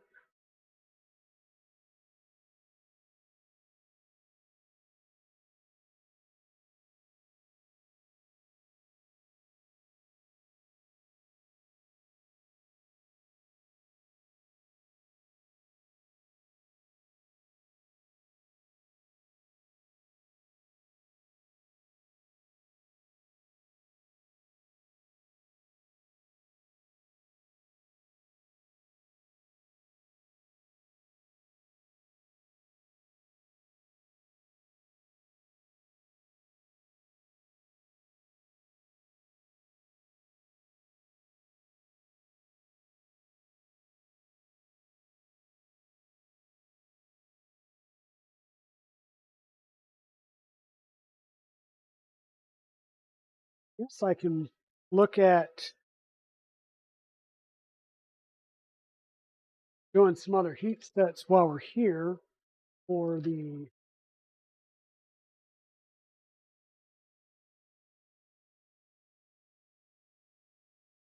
other skirt pieces.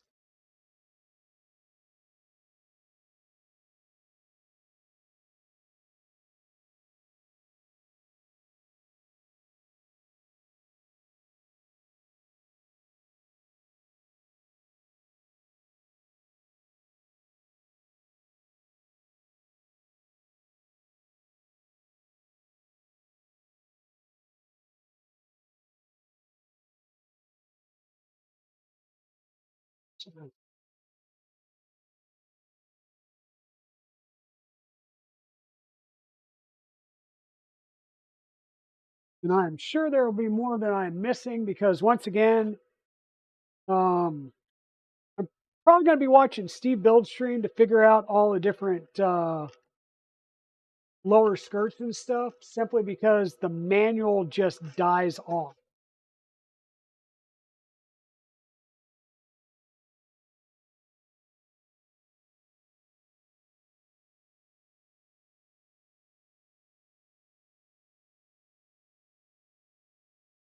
And there is a version of the front skirt that has a large opening in it, and then there's a version without an opening. So make sure that you use the appropriate one, the standard skirt opening, or the standard skirt, which would be the one like this, excuse me, without an opening, would be if you're not going to be using a display. If you are going to be using the display, you'll need to use the slightly modified version here. Slightly modified version here. That would allow you to run your display, connect it up. So once again, I'm just putting in a couple of heat set inserts here so that, I had the heat set insert machine out, so might as well use it for its worth while I have it out. And I know I'm going to need it to do the heat sets on the skirt pieces.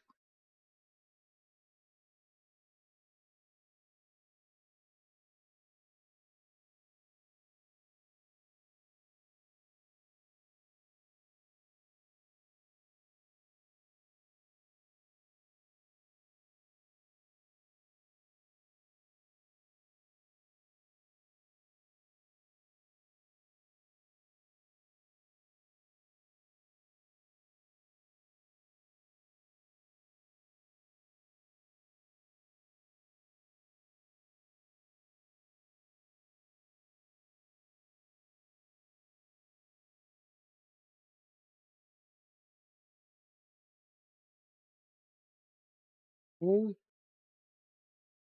That's good for now.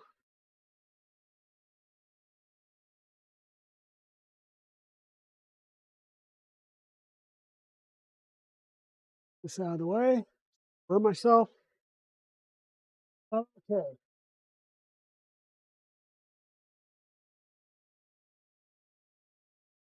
On the switch wire, you took things apart to tighten the Y belt and fear you broke the connection somewhere. Yeah, that'll do it. Went to live on the wild side, watch zombies Micron build. Well, yeah, I could do that as well.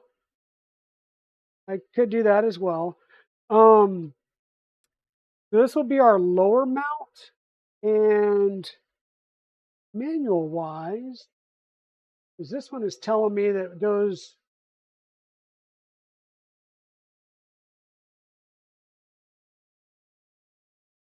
that the one side goes on there, but I know it doesn't because this, I believe, is using a printed cable chain.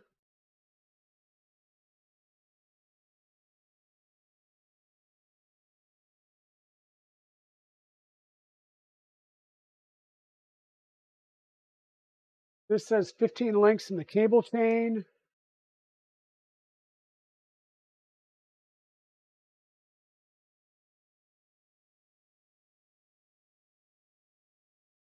It says 21. But what you need to do is figure out how your cable chain moves, which is the right. So that's the straight side. One side's going to go down, one side's going to go up. Take a look at this, and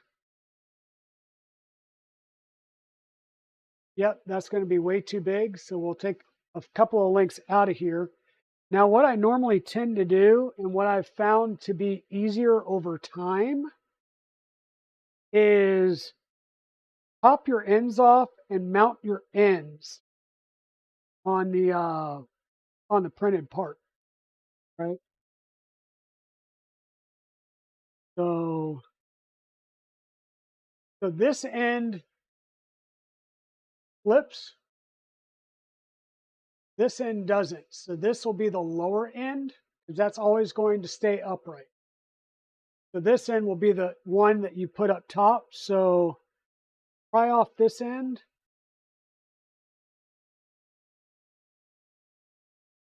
And we'll mount that at the top of our cable chain. So this is probably going to be some M3 by apparently 8 button heads because, well, that's the size that I have, the smallest size that I have left now. So we'll make them M3 by 8s.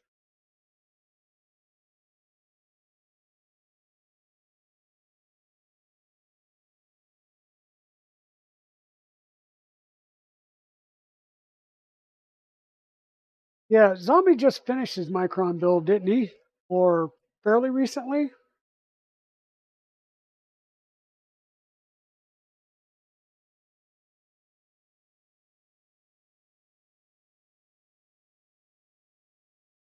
Some build guides will tell you to use um, flathead screws here as well. I guess I could look and see if they gave me any flathead.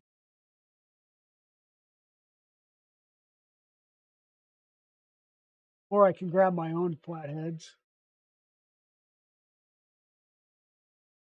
I mean, button heads work just as well on these. Probably going to have to use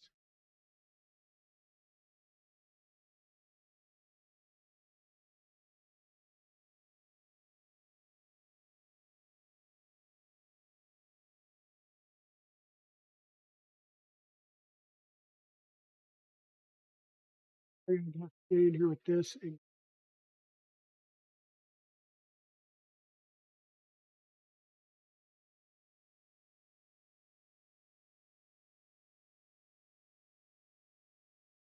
I think he finished it last week. Okay.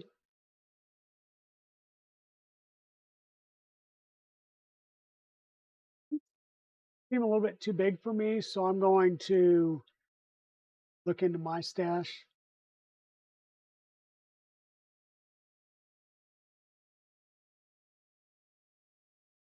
We'll dig into my stash, especially to see if I've got some M3 countersunks.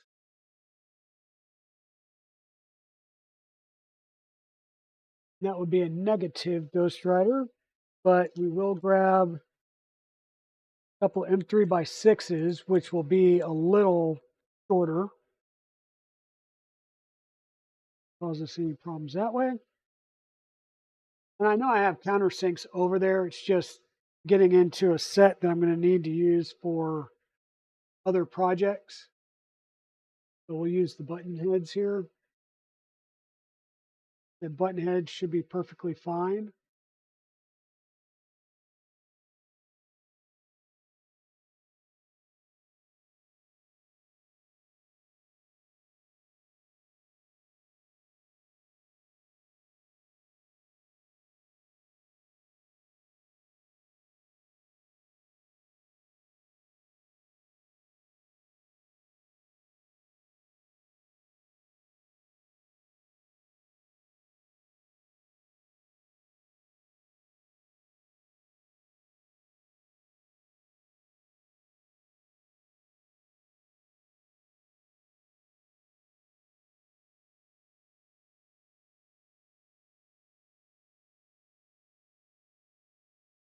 Mhm.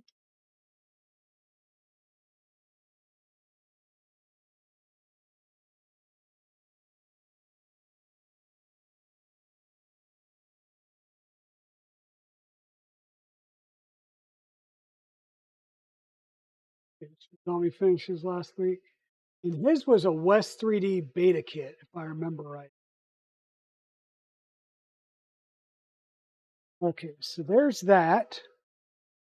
We also know that this is not in the appropriate location either. We just packed it on there basically. So we'll be able to grab this and move it over. Possibly all the way over like that. Now our CANBUS cable,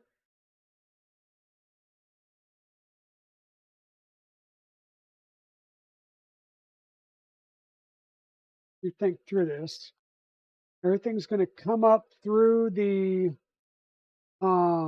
cable chain, right? Everything comes up through our cable chain. We take like 1 or 2 lengths out of the cable chain.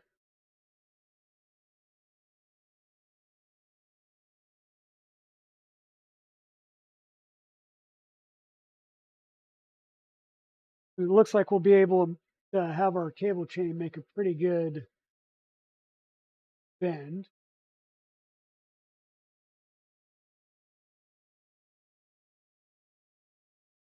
but our CANBUS cable is going to come up through a gland that would mount over here that I keep forgetting about. What did I do with said gland? I keep forgetting about it because I've never used one before. And I hope, oh, I so hope that I can get the 4-pin connector through here. Because if I can't, then ugga, ugga, ugga. I'm going to have to flip this over and reroute the cable through the gland. You know, undo the 4 ends and run the cable through the gland where I can run it one piece at a time.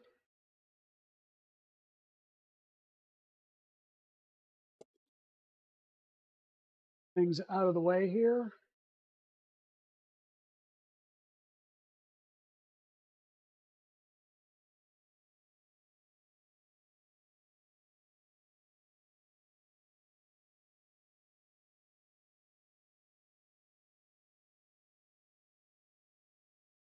So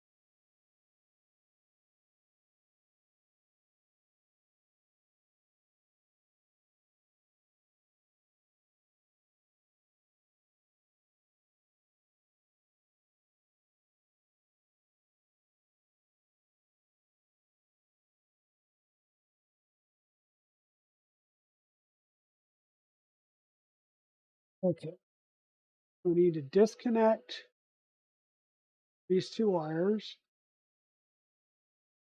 so that we can run them through one at a time through the bottom of the gland.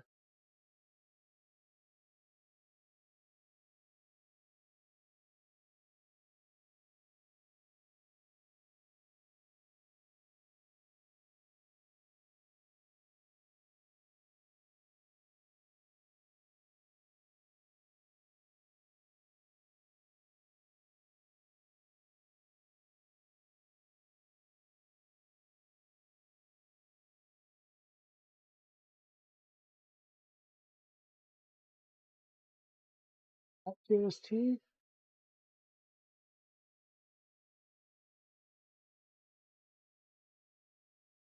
So this is going to be all the way up at the top. This needs to go through, and then don't think we need this piece.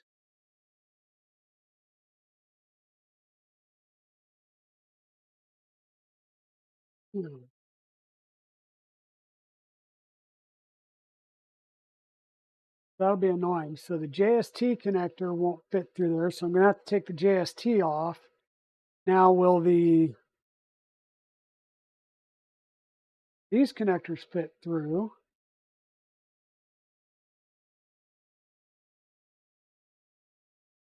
We can get power connectors through. Now we need to unpin the JST so we can route it through the gland as well. So black on the left, red on the right.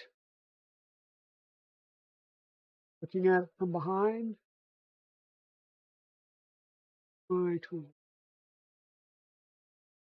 Yeah, cable glands are a pain. This is the first time I've used one. I've got the opportunity. Well, I have at least one other kit that comes with one. So I'm probably going to be using them again in the future. But of course, my other option would have been to depin the the microfit connector at the tool head and left this in place. And thanks to KB3D Chris, I do have the capability of doing that. For no other reason than, he showed off a tool and then I went and bought said tool. Because I'm a glutton for punishment like that. And we said black on the left and red on the right, correct?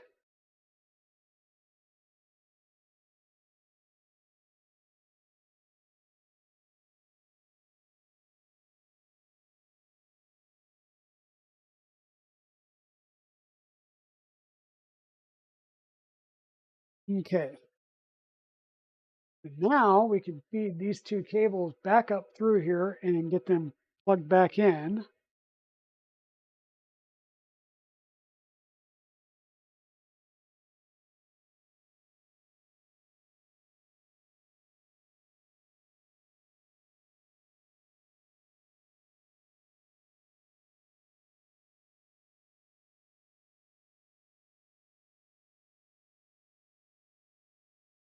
There.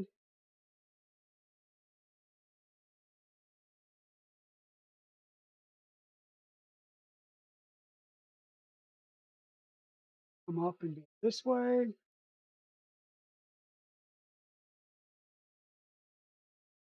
Back.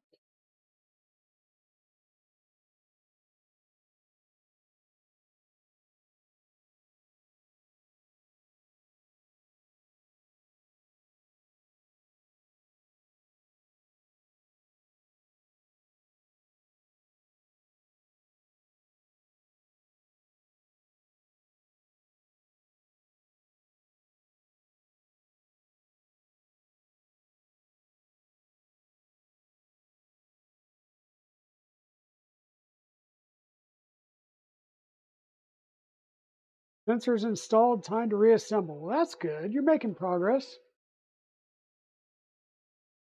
You're making progress there, Chewy.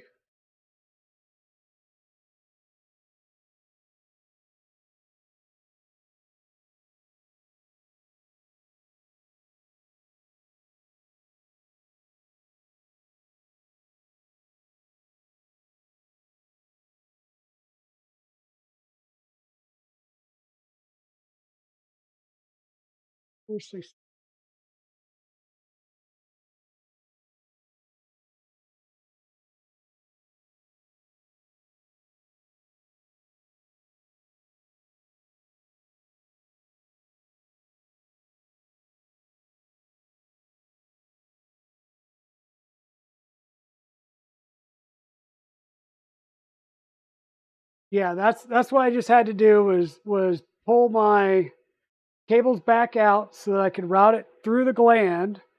Because like I said, the other thing that I could do was just disconnect the 4-pin JST, which I really didn't want to do that if I didn't have to.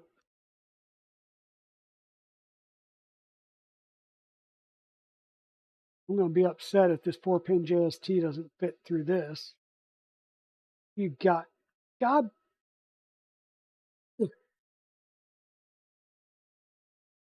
Well, it'd be good at taking this apart and putting it back together again.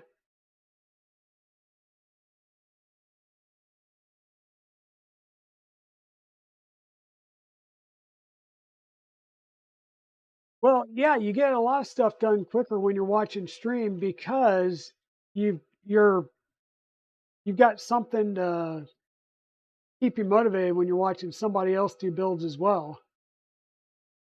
I was sitting there watching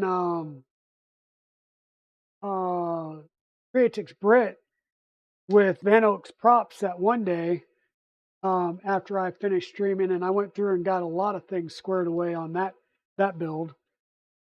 So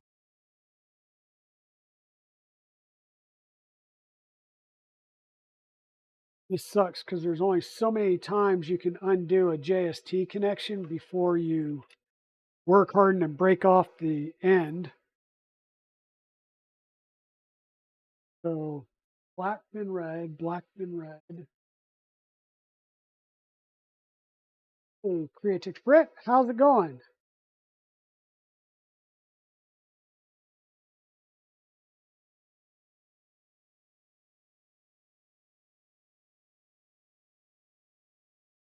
Hope you are doing well, friendo. You know, I'm doing pretty good. Been a little bit stressed with work stuff just because it's mid-year review season for us. So doing performance reviews and that type of stuff. It sucks.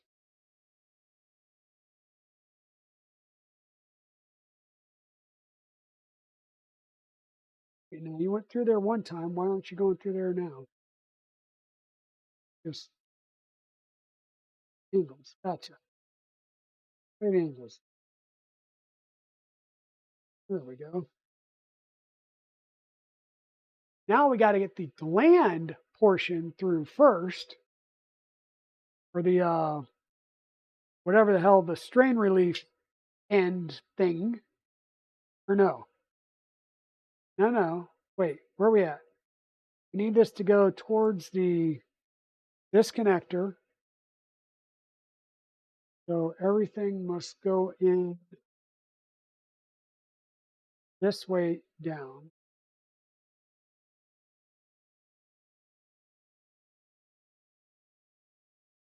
One way.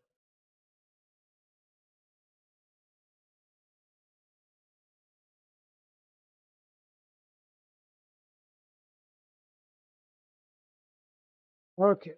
Top strain relief part of the gland is now on. Now we need the compression fitting. This side screws up in there, so that's the side that needs to be ran through next. We have to start out with our power wires in order to get the print connectors through there.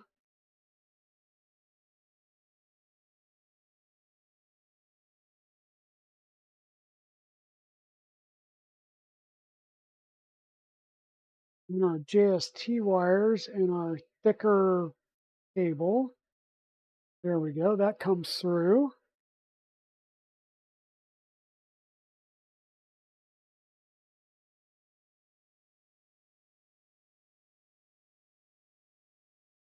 That. Now let's route this back up here again.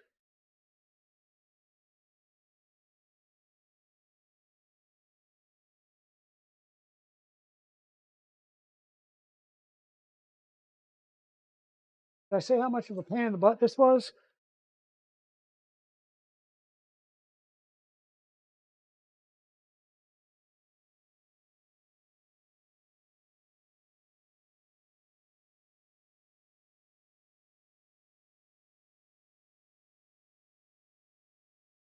It's not really that much of a pain in the butt. It's just fiddly.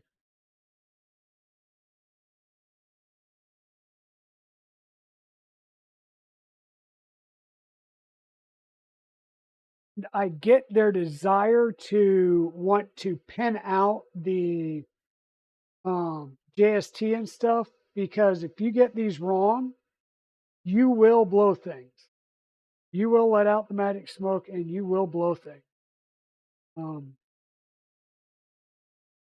if you get your high and low backwards, that's not that big of a deal because you'll, you can just pop the ends off and redo those terminations. But if you get the power reverse between the board and the tool head, you're going to fry one or both. So I see that, I see why they do these cables pre-made. But just a pain.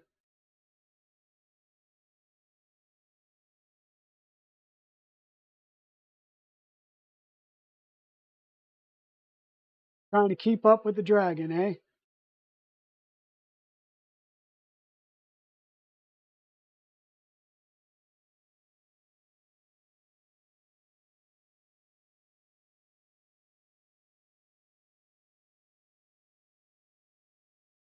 Really? You know what the issue is? I probably need a different size Phillips head screwdriver, but I'm just going to be obstinate because why not?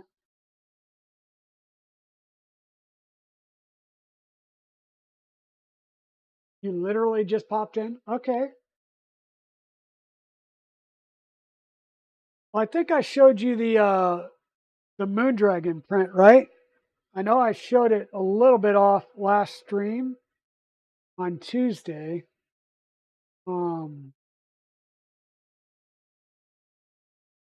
It doesn't look anywhere near as nice as yours because it's not painted, but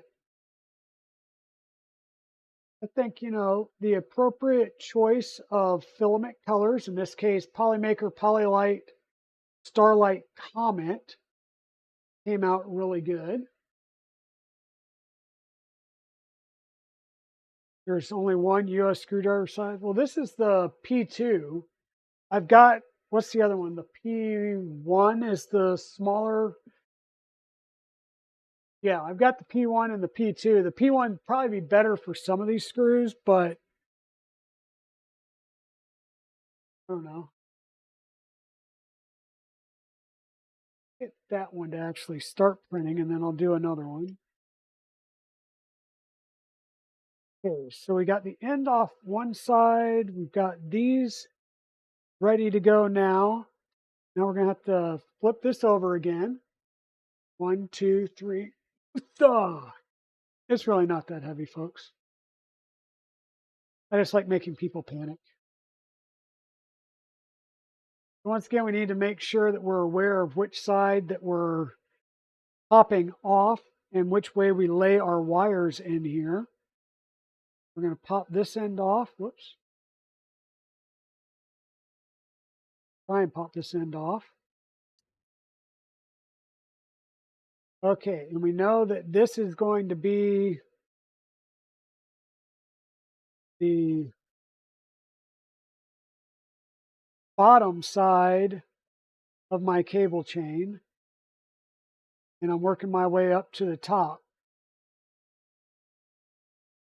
It's going to be kind of critical because we want to make sure we get our wires in here in the right direction. In fact, I may just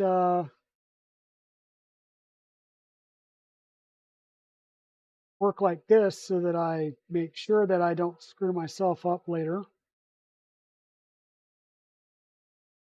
Keep opening these up now. And we'll feed all of our wires in, making sure that we've got it in the right top to bottom so that when we go to put it on our ends, we clip it in and it's right, and we don't have to go back and undo our cable chain yet again.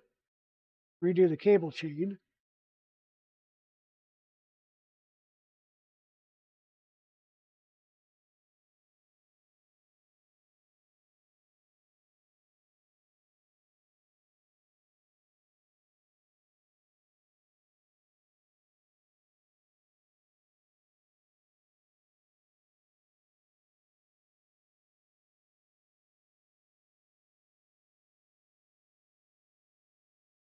Now we're going to take our wires and lay them in here. Probably do like that and put our Y end stop wire in there. Start pulling our wires up through here, closing it as we go. Making sure that we're keeping everything in.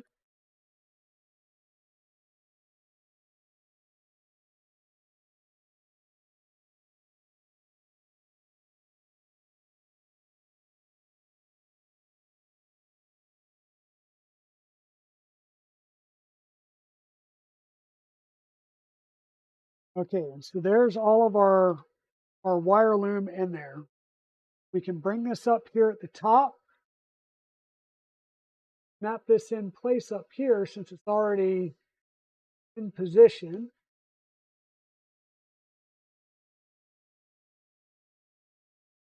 That end's now in. We see that we've got some excess in the Y here. So we should be able to pull some of this through at the bottom gently. Gently.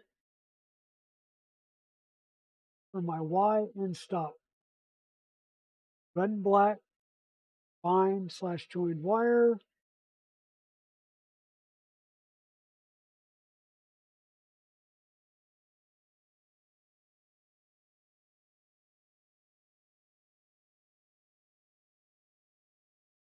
Okay.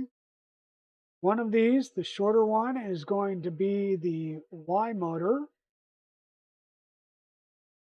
Those wires out here, and this is the Y motor wire.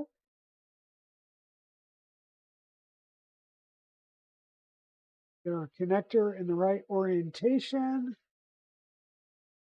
Plug that in. Our X motor wire or B motor wire would come this way and get plugged in.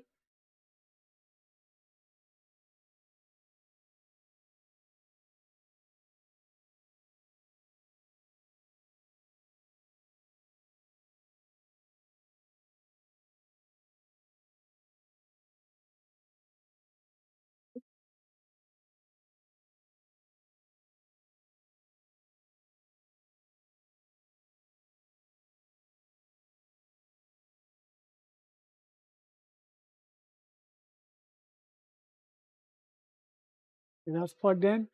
Now this would be routed right up along the underside here. And then we would have excess on our motor wires. So let's see about getting our motor wires and pulling, possibly, no, maybe. Might not be able to pull those reliably without causing some damage. So we may have to open this back up just to get some of the slack out of our motor wires and pull that down underneath the deck.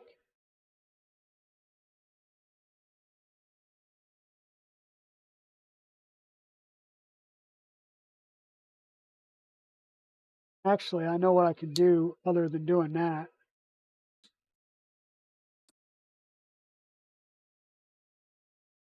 First off,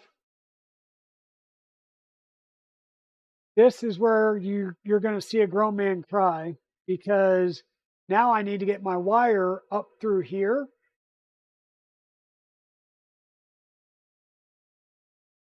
So my cable gland mounts right here. Yeah, that's not going to work. So you're going to see a grown man cry because I don't want to pull the bottom out of this yet again and reroute this flipping cable, because I'm going to scream if I do. So I may look at taking the pins off up here and redoing them.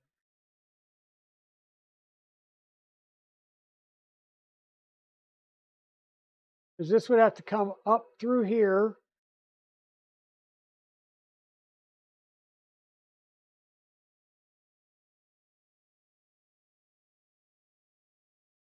Yeah.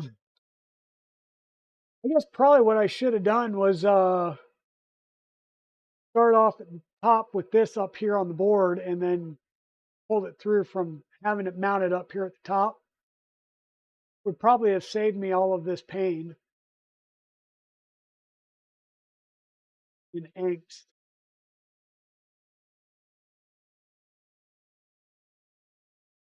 But that's okay. We'll take a picture. We'll try and use our new microfit removal tool. I think it was pretty easy to use, right? We just Zombie,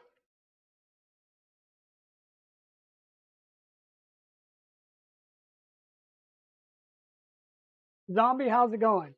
Popping in and lurking already.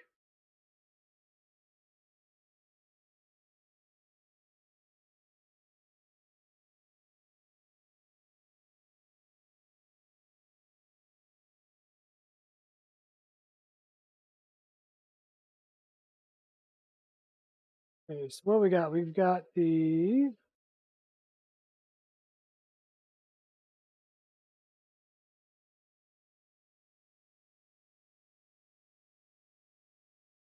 believe they're exactly the same.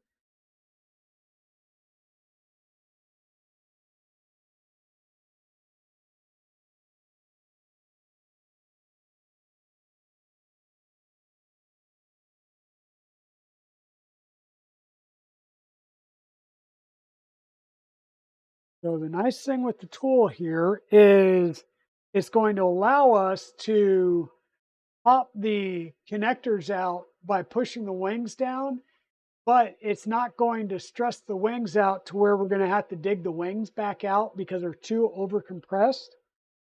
But what I want to do, and this will be a good idea for anybody having to do this, take pictures of your wires.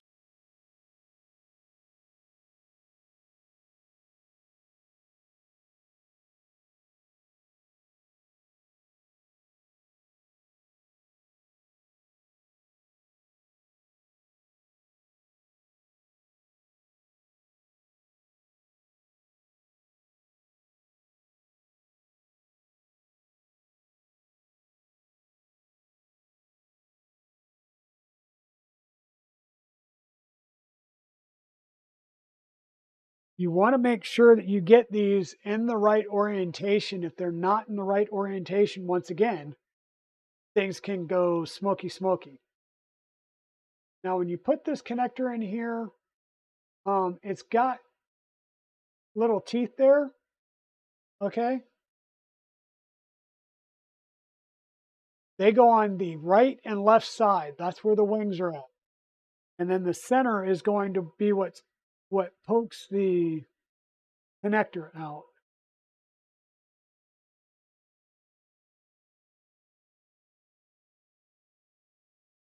And this may not be the right one. I know this is a combined set, so let me just make sure I got the right tool.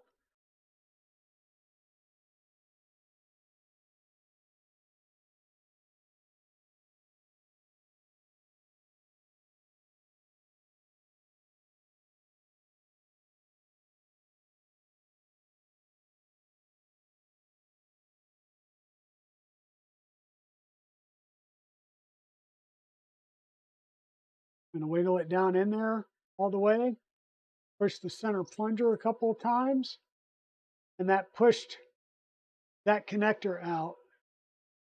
And yes, it kept the wings, get this camera to work with me, it kept the wings out and reusable. So again, you just put it in there with the on either side, push it down, and once or twice with the plunger, we'll push that connector out. Now, we have to do all four of them.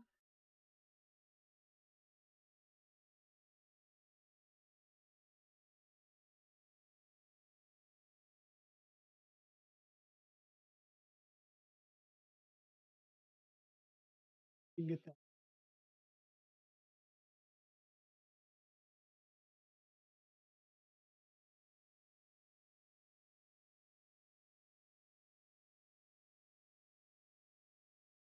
We're just going to run the extruder wire to the board. Does it not go through the toolhead board? Why is this one?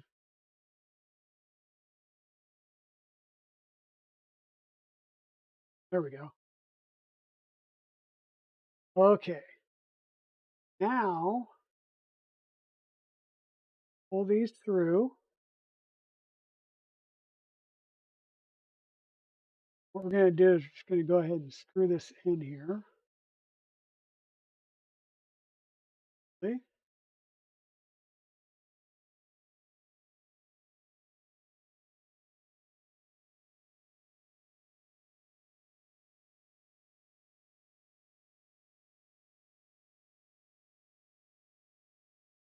Interestingly, the printed part has threads in it, but this gland does not work. It doesn't catch in the printed threads. So I'm not sure if I'm going to be able to get this piece in there to line up either.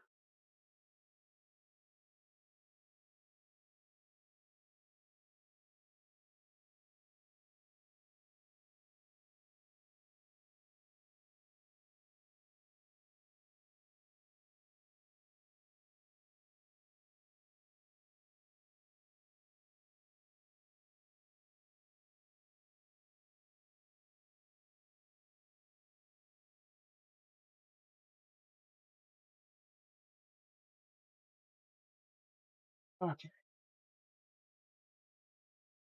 do that. We bring this over. So we lock this back in.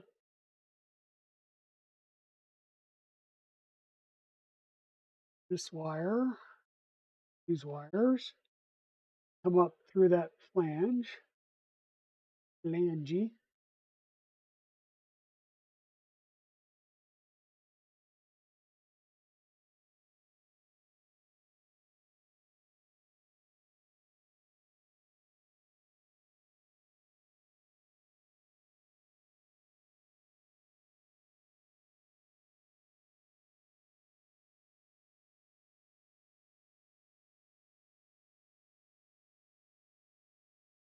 This side also comes up through that.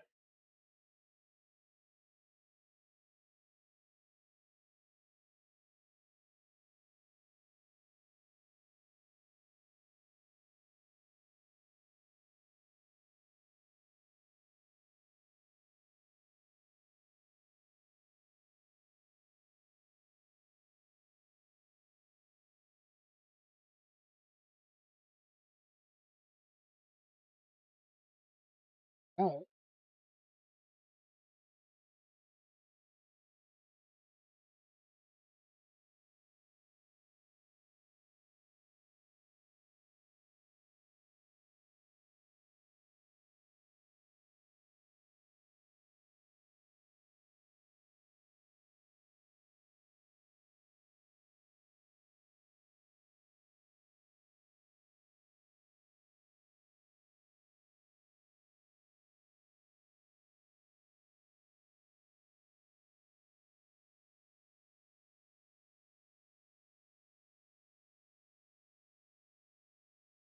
there we go. Now we need to look at our photo to make sure that we put these back in the right order.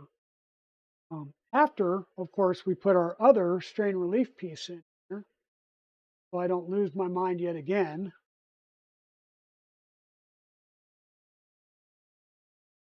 There, that goes there. This comes here, screw on.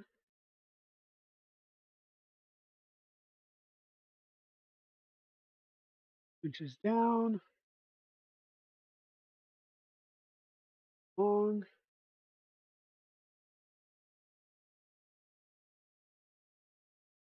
Oh, hey, Jano. You just released some magic smoke. Oh, no.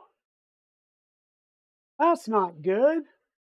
Okay, so we don't release the magic smoke. The bottom, which is my power wires, go black, then red.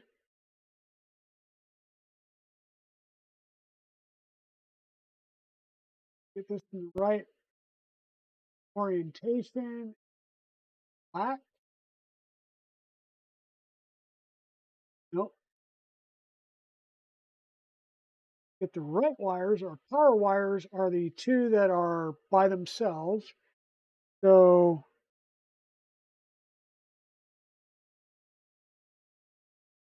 red on the bottom left.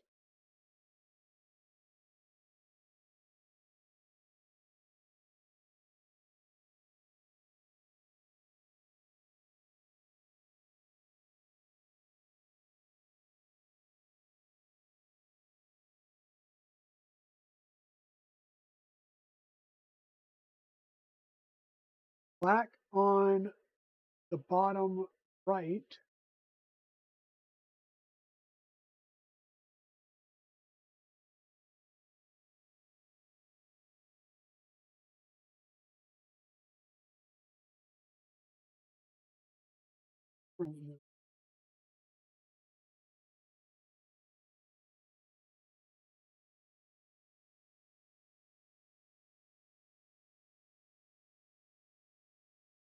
And see, that's the nice thing about that JReddy tool is they go back in, and I didn't have to sit here and dig out on the wires. And the high and low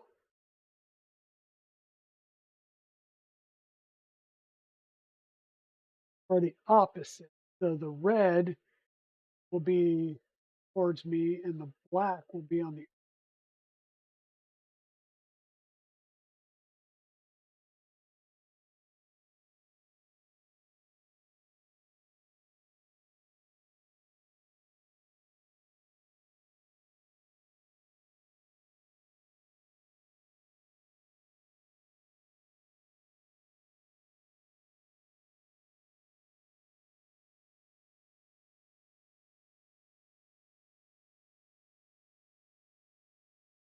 Making sure that all of them are tugging good.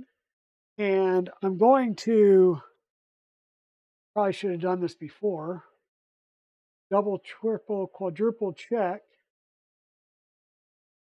So these top two connectors here, which are plus on the left, minus on the right, plus is red, minus is black. And then the bottom two are high on the left, low on the right. And in this case, it's black for high and red for low. That's how that's going to connect. So yay. I still did not print a plastic barrier piece here.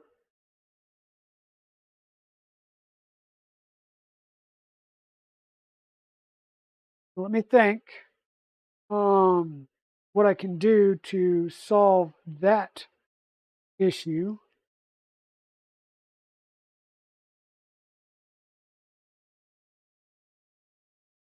You said this is the JReddy pack that I got off Amazon. They've got versions that will work for DuPont, for Microfit 3, just about everything. So you can go online and pick these up. And microfits are especially notorious. I can't tell you how many times I just say the heck with it and just cut them off. Um,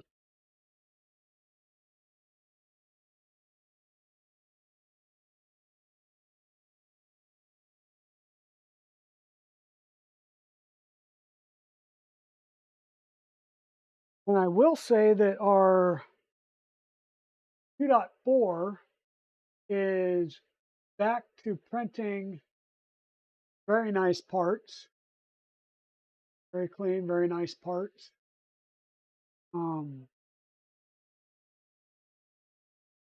So this is the CMag, or the carbon magazine. This will be for a bento box, which is something I'm going to be building for the Trident build that we will be doing soon. Whoops. And we had talked about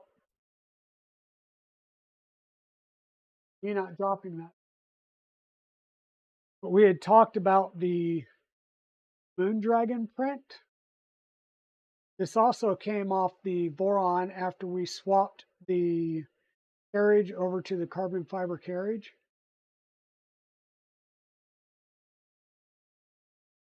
So still able to get really, really nice prints off of it. Like I said, not painted and all pretty like Creatix Brits, but definitely still a very nice print. Okay, so we got the top cable chain, that. We're going to need to bring some slack. We're going to need to, that should be good. We need to wire up the top. we need to get some of our excess cable moved down. Means popping this stuff open and pulling it through some.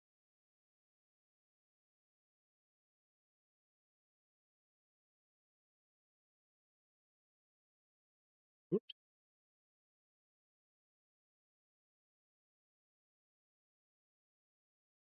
broke that one. Good.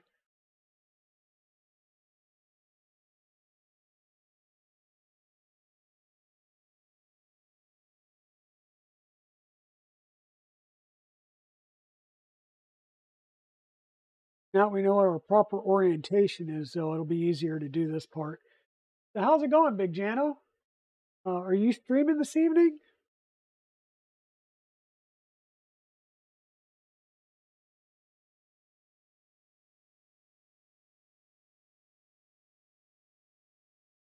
Missed marble races Tuesday.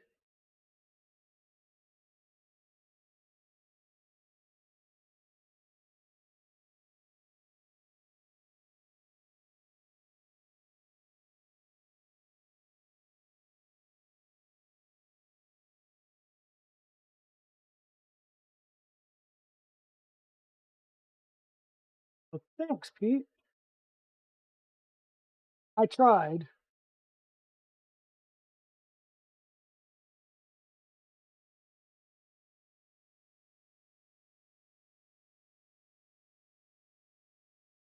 Part of the issue I have here in trying to get some of the wires is just simply which wires go to the motor and which ones go to which motor.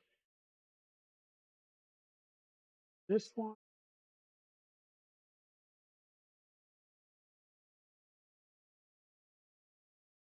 Then you get something like that where the motor wire is between other ones. Just annoying.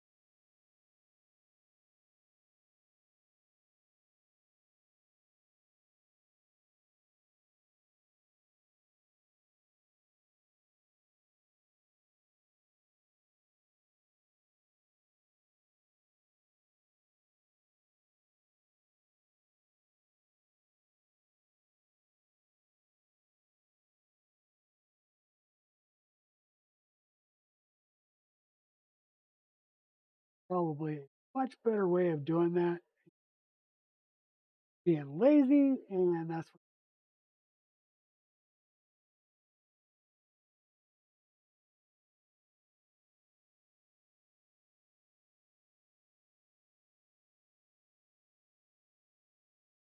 And I don't have any 1515 cable covers, and there's really not enough room for doing like a zip tie around there. So we will have to work on getting some 1515 cable ties or something there that we can use to pull these wires out of the way.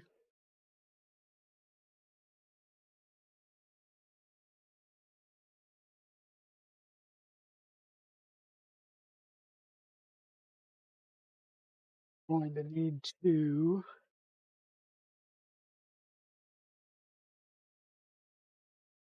pull some of the excess underneath here.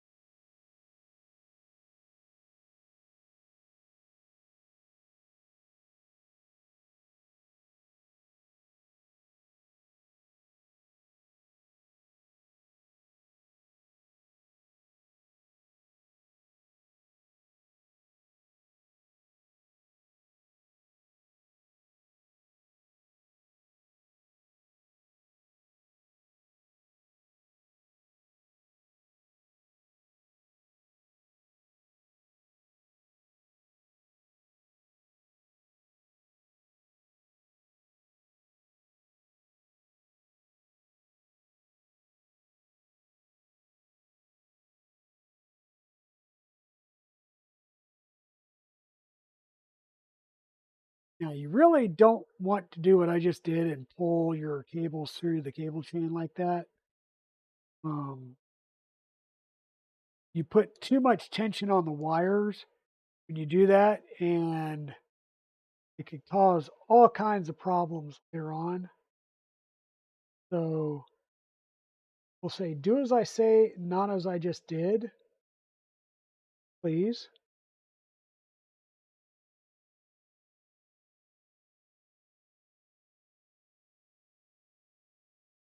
Put a couple of zip ties here to keep these cables together at this end. Um,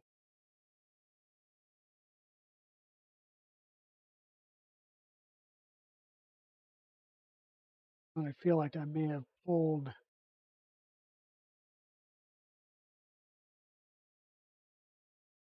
little bit better. Okay.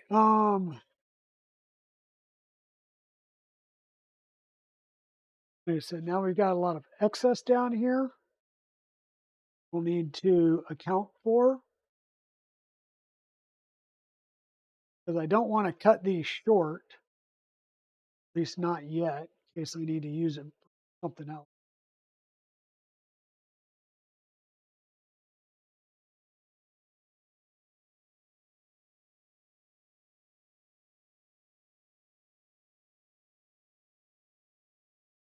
And you don't want to zip tie your cables in a cable chain either. Okay? So that's something to be cognizant of as well, is you never want to zip tie your cables together within a cable chain. Because one, the heads of the cable ties will give an area for abrasion, and then you'll also have an issue with added stress and, like I said, just the abrasivity of it. It'll catch in the chain links itself and cause issues as well.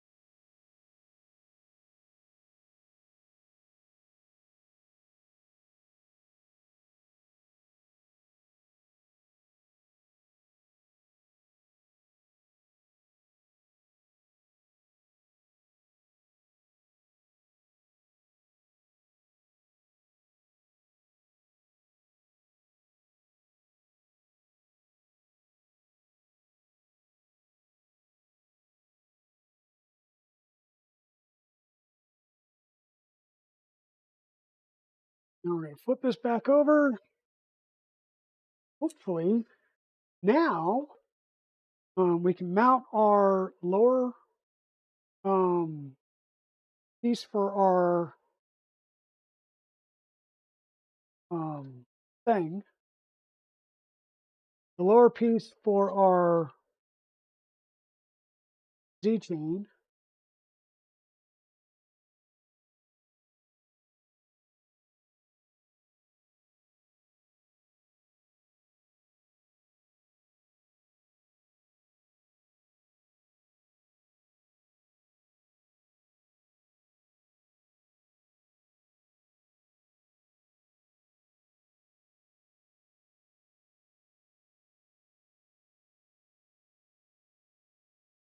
Yeah, you never want to do a Micron build again, Zombie?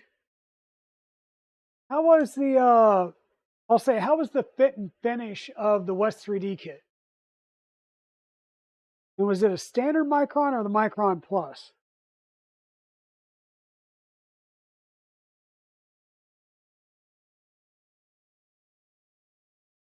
Oh, you were driving home? Okay.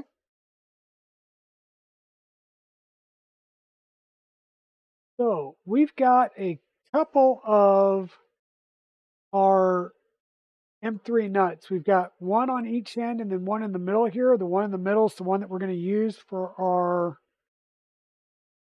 tie down for the lower portion of our cable chain. Grab our M3 by 8.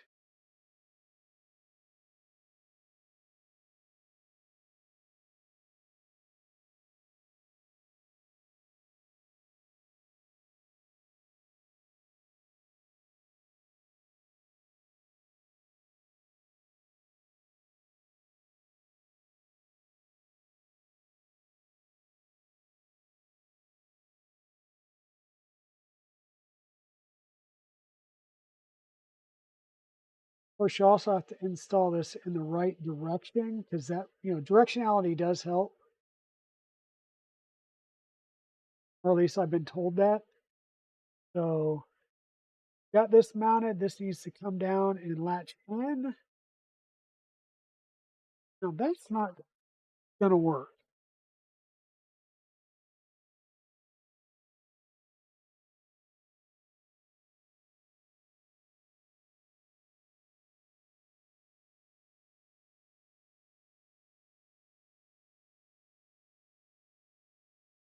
Because connecting into the back piece, when this comes down, it's going to push this forward because this is in line with this back piece.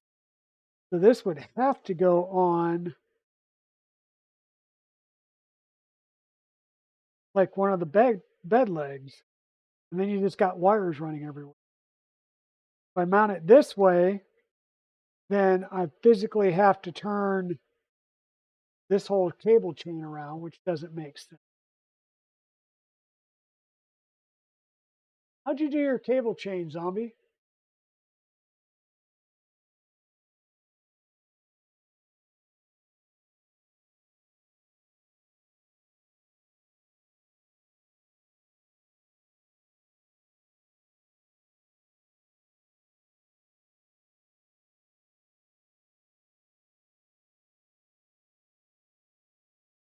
You had a wiring harness, meaning you ran an umbilical the whole way?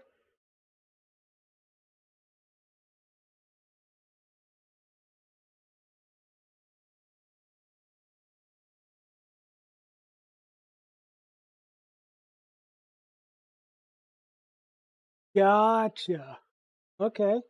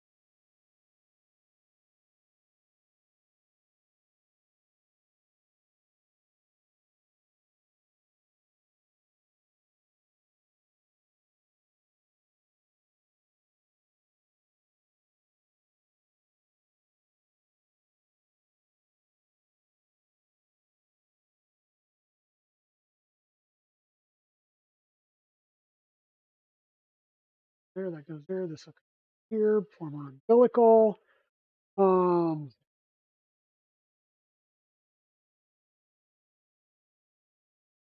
Ah, there's got to be a different part for this.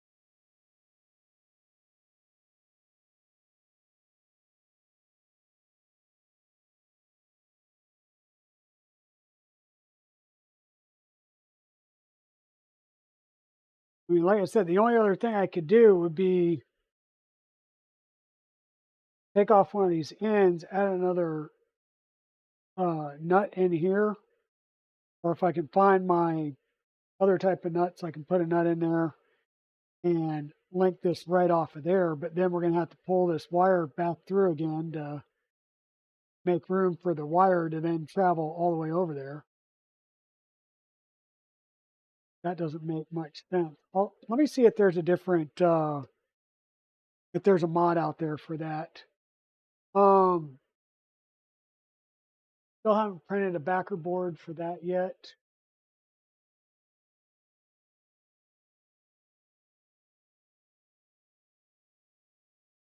So where do we think? Wanting to get this printing tonight.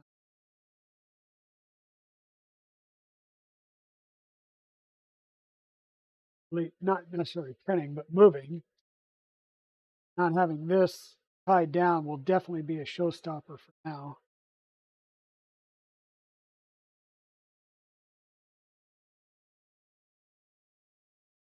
So I need to figure out the Z-chain base, and I need to figure out the Z-chain base and the I need to print the toolhead backer plate to give us some clearance. I know somewhere around here I had nylon washers at one point, which I could use some nylon washers if I had them readily.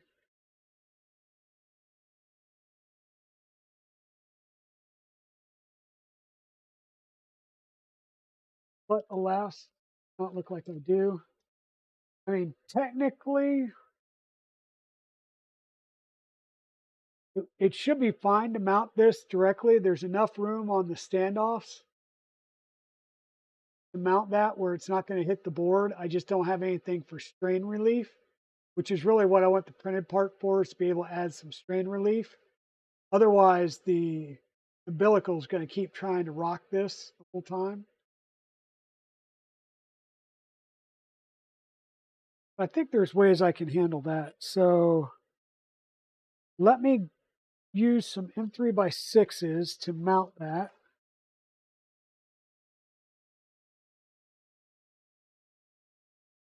Two more silver M3x6.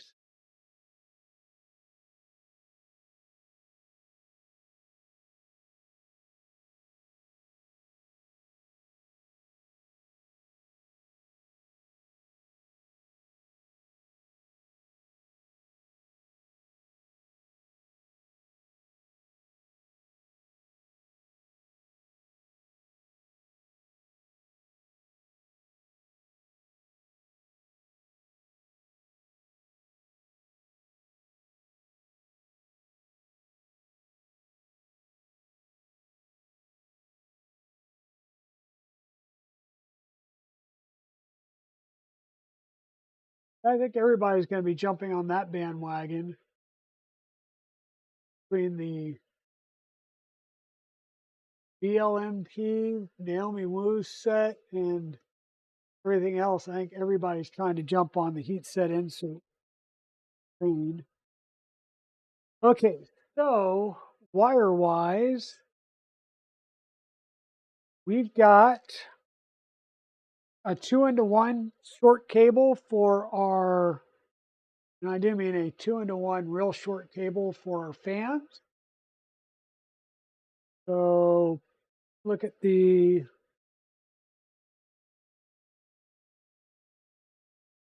EVB thermistor, fan 1, fan 2. Now I want to say fan 1 I normally set up for part cooling because that's normally the first fan configuration is part cooling. So if not, we'll swap them either in code or physically. But the center pin here, right above our boop sensor, is what's going to be used for the cooling fans, the part cooling. So remember, we have two fans coming out one side. The longer should be the part cooling fan. That will come to one of these.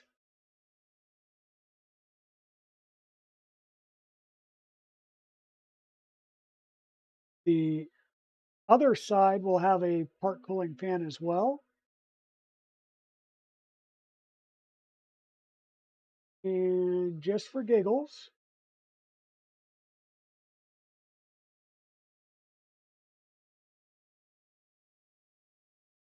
red, black, red, black, red, black, left to right. Now I look at this one and it's black, red. Now how do you get two fans in the same flipping thing that are backwards? Either that or this is the hot end fan and the other one is maybe this is the hot end fan or yeah, not the part cooling fan, but the hot end fan. This would be the other part cooling. Makes sense based on how they're routed. But yeah, that means they're both pinned backwards. Or this is red on the bottom. Oofda, you're kidding me. So VN's on the bottom and black's on the top. So your switch pin is on the top, which means this connector, which is red on the top, black on the bottom, is wrong. So I need to switch this.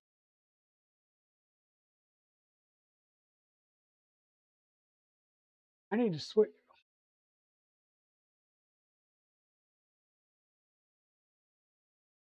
Help me out here. So red to black, red to black.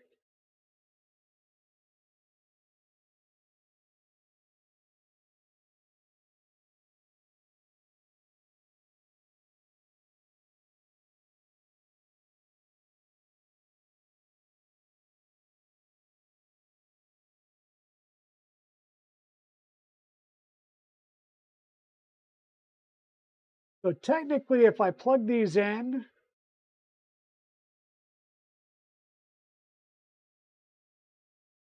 they would work, but the color scheme would be messed up and future me is going to have an issue.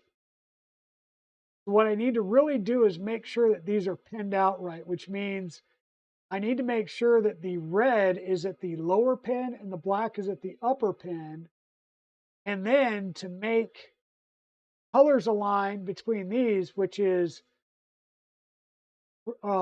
red on your left and black on your right, with how these would plug in, I would have to switch the ends of these as well. Ay, ay, ay. Well, that's painful. The things we do to make sure that our colors are proper so that future us on maintenance do not have an issue. Because that's exactly what this is all about right now, is making sure that when I go to work on this later on, that I don't sit here and look at this and go, oh, I've got my polarity wrong, and then I swap the fans and I blow fans up. Or I have to swap out a fan and wind up blowing up a fan.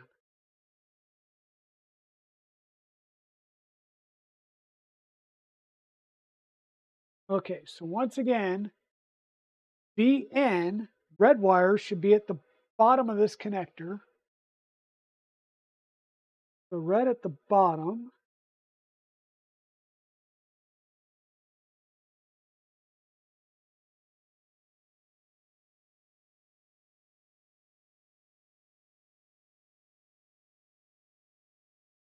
Whoever made this thing is pretty awesome because the whole 2-in-1 wire JST thing works, but good gracious, they could have given me a little bit more playroom here.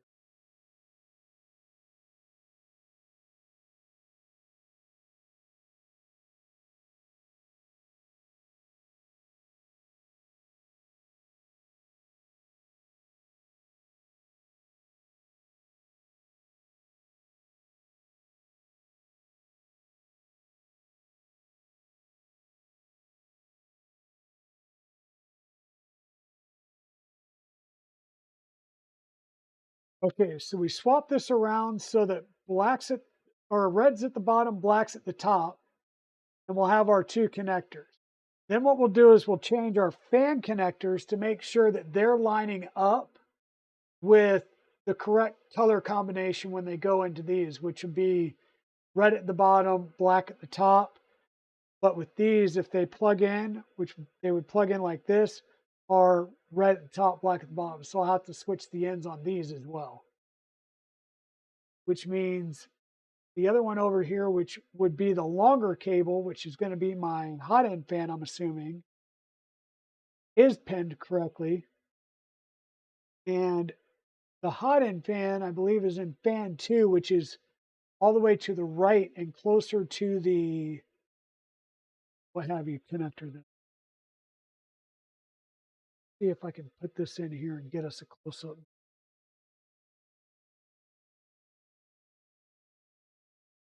For a closer.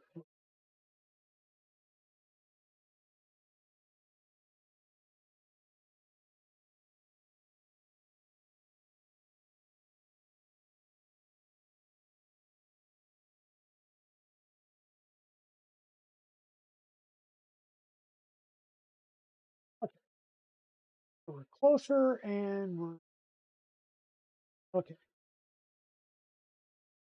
So looking here, we've got our terminal for our hot end wire. This first one will be the hot end fan. The middle one, which is dropped down, will be the fan that we'll use for our part cooling fan that'll have our 2-pin jumper in. So our hot end fan, which would be going in this orientation, VN or red's at the bottom and switches at the top, which would be the negative wire. So this is feed right. That'll go in there. Our little jumper wire, we just put that in the right order. So we have red at the bottom and black at the top. That matches, whoops, that'll match up to the board wiring. Now, each of the fans coming in need to be able to match up color for color, which means we need to change the pins on these and rotate the pins on these.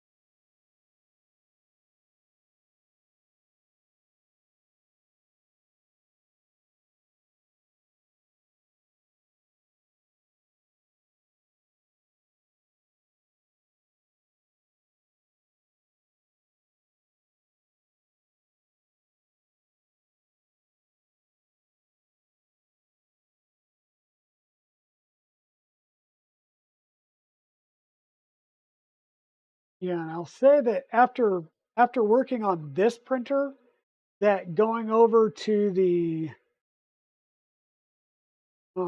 there we go, our color scheme is matching black to the camera right and red to this side.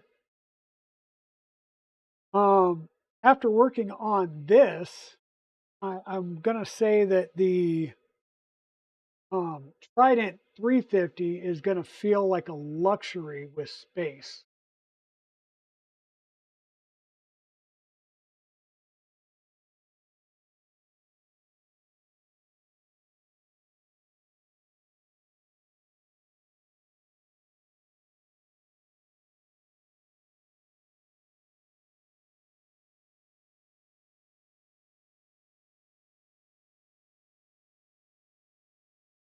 Yeah, we're going to be going from a 180 build doing 15 extrusions to a 350 build using 2020 extrusion. And then we'll have the black box, and black box is going to be 4040, I think. It's various, but I think primarily it's 4040.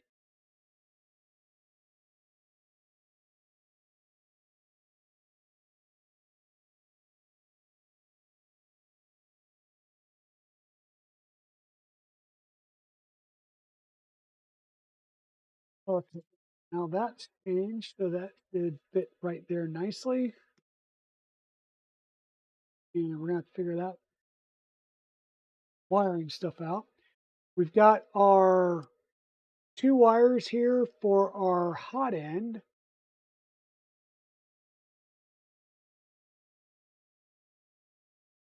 And these wires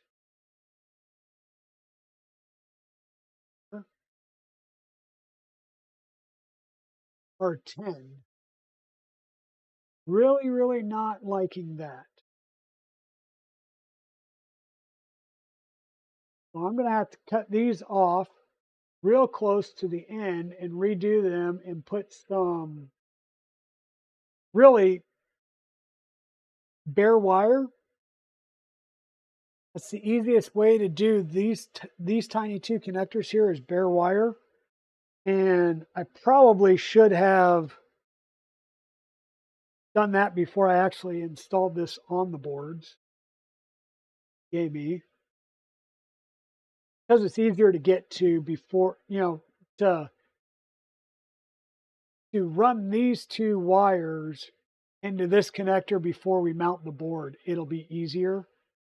So take things off again. Off. Probably without knocking the camera off. Because we'll want to be able to work with this as easily as possible. So we'll take this off and then we'll reinstall it on there in a minute.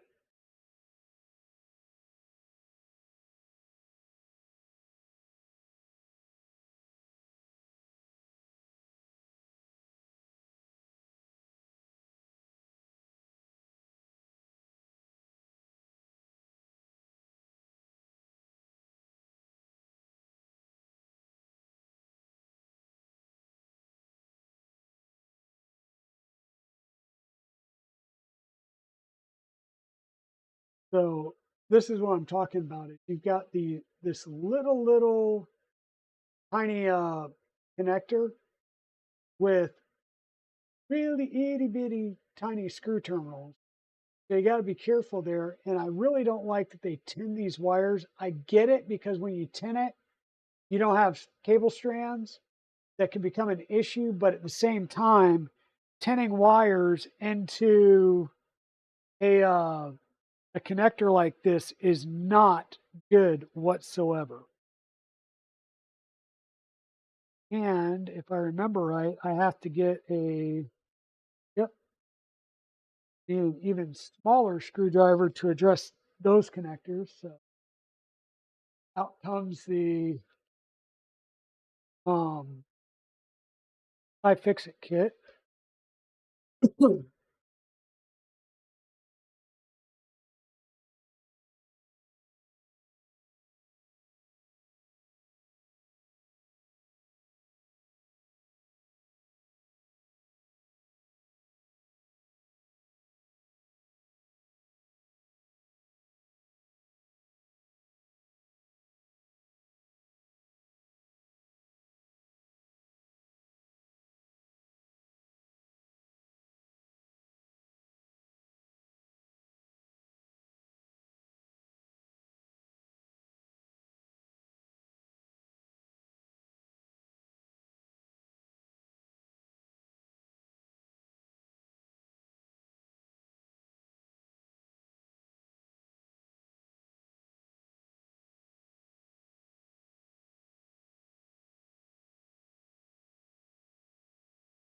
Yes. Once again, that is your opening gap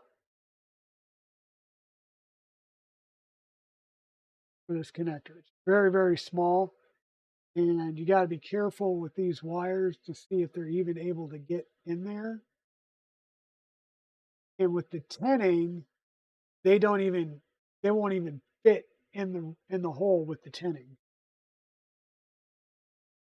So we definitely got to get that tinning off of there.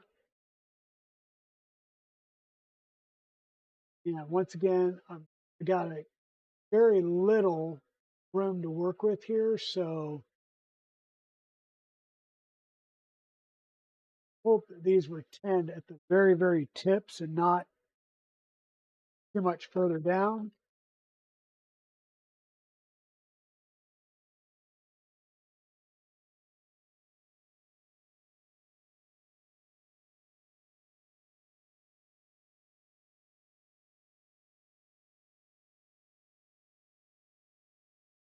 And I may even wind up having to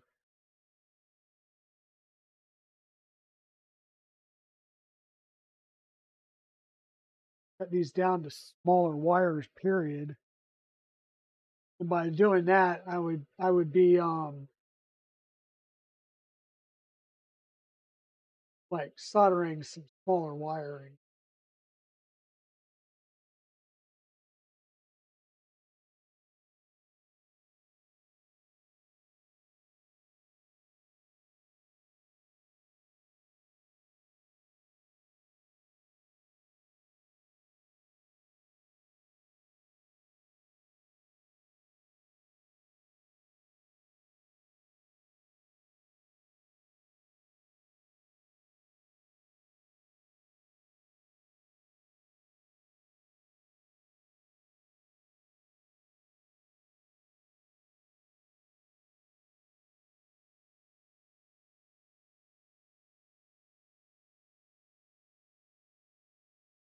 You don't want to take off too much insulation because then once again you'll have exposed wiring outside that connector.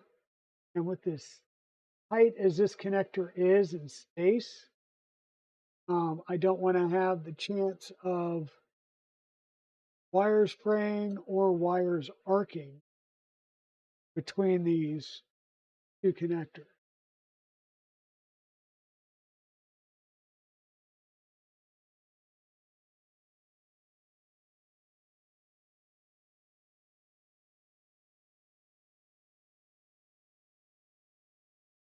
Okay, so that's how we're looking. That is not exposed wire, by the way. That's just lighting sheen on there. But that's what I mean by this particular board. These connectors are just the biggest pain in the butt. Now we can go ahead and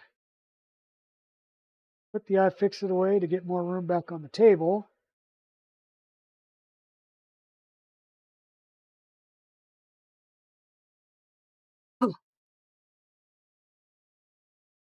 Hey, MakerMind Nexus, how are you doing, my friend? We are playing with the Micron 180, doing the wiring. We've got everything under the deck panel done. I finally gave up and just depenned the CANBUS cable on the whatchamacallit, the Microfit 3 side after I depenned the other side 3 times to pull it through the glands and realized that, all right, I got it through the glands, but I forgot to run it through the hole at the A motor mount. So I said the heck with it and used my new JReddy tool to depen the Microfit connectors, which that's a great tool, works well. Screw down.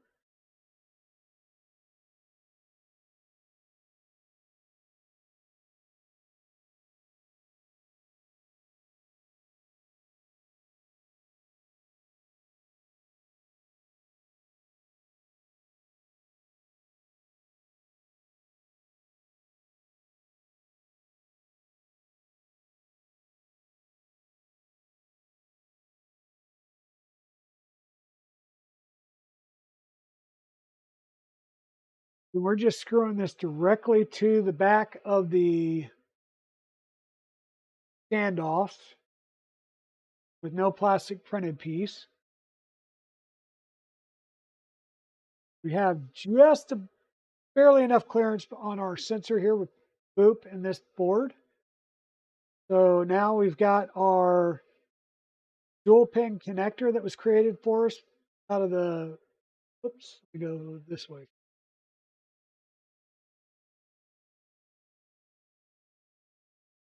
This one goes right next to our heater wires. That should be our fan for the hot end. The dual connector will go in the center right underneath our heat sink. And this is going to be for the part cooling fans.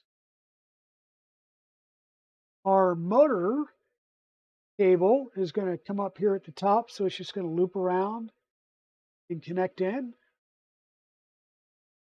We've got another wire over here, which is our thermistor. Now this is going to be the issue because our thermistor is coming out this side because it's in the same sheathing, and our thermistor has to come all the way over here. So it's not going to get there at all. So we're either going to have to pull back the sheathing, take our tool head off, pull back the sheathing so that we can separate this out and run the thermistor up this side of the housing, or something, because I think if we bring our motor wire or our hot end wire over here, it's not going to have the space that it needs possibly to come over here. So, oh,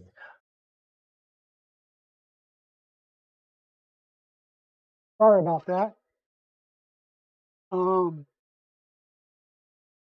Yeah, so we're going to have to do some tinkering there, and I'm going to do that off stream.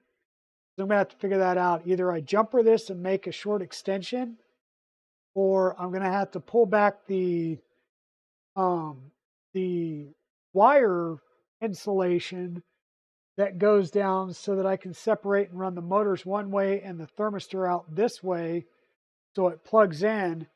And then the other thing I'm going to have to do is remember where my boop sensor plugs in.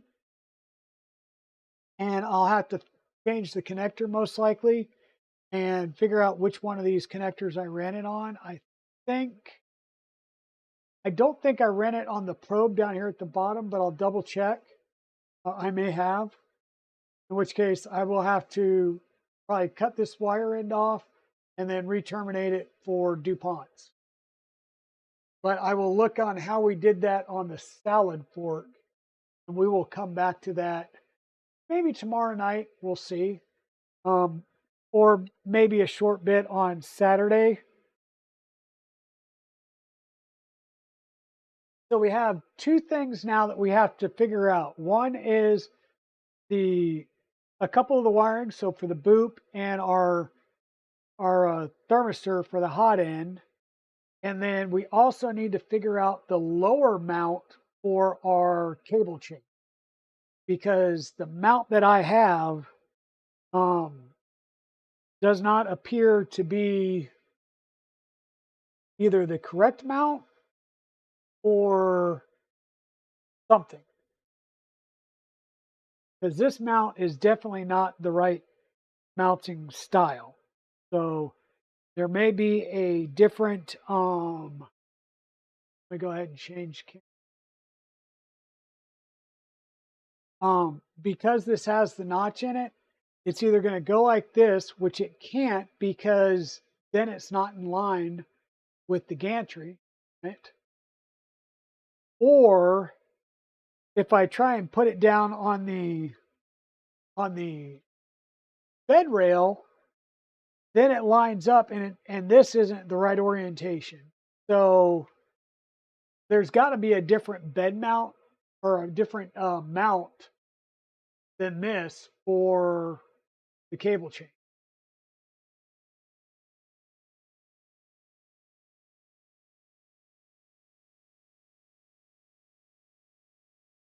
Doesn't make sense.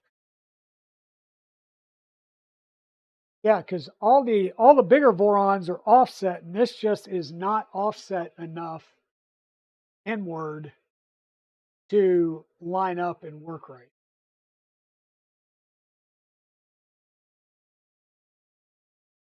So yeah, spare tool heads for Chewy. Well, you keep blowing up drivers on those because you keep doing something wrong, Chewy. So what are you doing wrong? Are you piping 110 into your tool head versus 24? I did that once. CANBUS does not like 110 volts to the tool head. So my issue, zombie, let me get this out of the way, is the tool head that this came with, and let me try and demonstrate with a different tool head. So if I mount a Dragon, if I were to mount this Dragon in the tool head, these two wires are separate. I can run one out one side and one out the other side because the hot end is over on this side, the thermistor is all the way over here. The way that it's a ceramic heater, so these two are together about that far with a cable sheathing. So I have plenty of room to bring my hot end wires over and connect them. My thermistor wire, which is right here, isn't making it all the way over here to connect in. It's just physically not. And the only way I can route it to the other side is to go back and strip off that sheathing and try and cut it around so I can physically route this wire to the opposite side of the tool head. So that's problem number one. And if I rotate the tool head around so that both wires are coming out the right side, then I would be strained to get the hot end wires around to their connector. I could add I could do a little extension to it. I've done those before. That is another option. It's just a solder and extension. So those are my options there. I know I'm going to have to redo my wire for my boop. And what I'm going to do is I'm going to look, because I set my configuration up for this, just like we did the salad fork. So I just need to know which connectors I used, which pen I used, so I know which of the connector styles to make these three and what order to go in. That's no big deal. I just need to do that. The major thing that I'm having is, I'll just tip this up, my cable chain, right? The cable chain mount that I have is designed to mount right here. The problem is it doesn't offset from this rear rail much. So when the gantry comes down, it's going to be pushing this in and cause an issue. It's going to rub right up against this and wear this down and bust it. But the design of the bottom with the notch won't work if I try and mount it on one of the hot ends either. So that's kind of where I'm at, is I need to figure out if I've got a incorrect mount printed out and figure out where I just dropped that M8 screw that I didn't hear hit the deck anywhere. So that'll be fun. So those are a couple things I'm working on.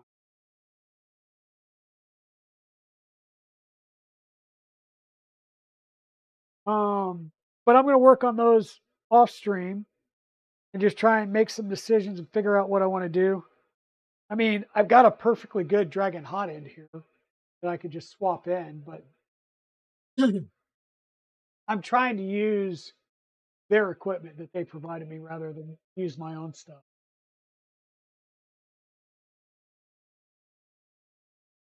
Well, but once again, the problem is the way this is slotted, right? It would go in like this, not like this. So if it goes in like this, the only way would be if it somehow had a printed mount down here that would, you know what I'm saying? It's like something is wrong. And the CAD for the 120 is weird too. So I may have to just break out the, pull up the CAD file and look at the CAD and see if, I don't know. I'll figure it out. That will be another day. For now, we are at 9 p.m. and it is time to raid out. Does anybody have a good raid target for this evening?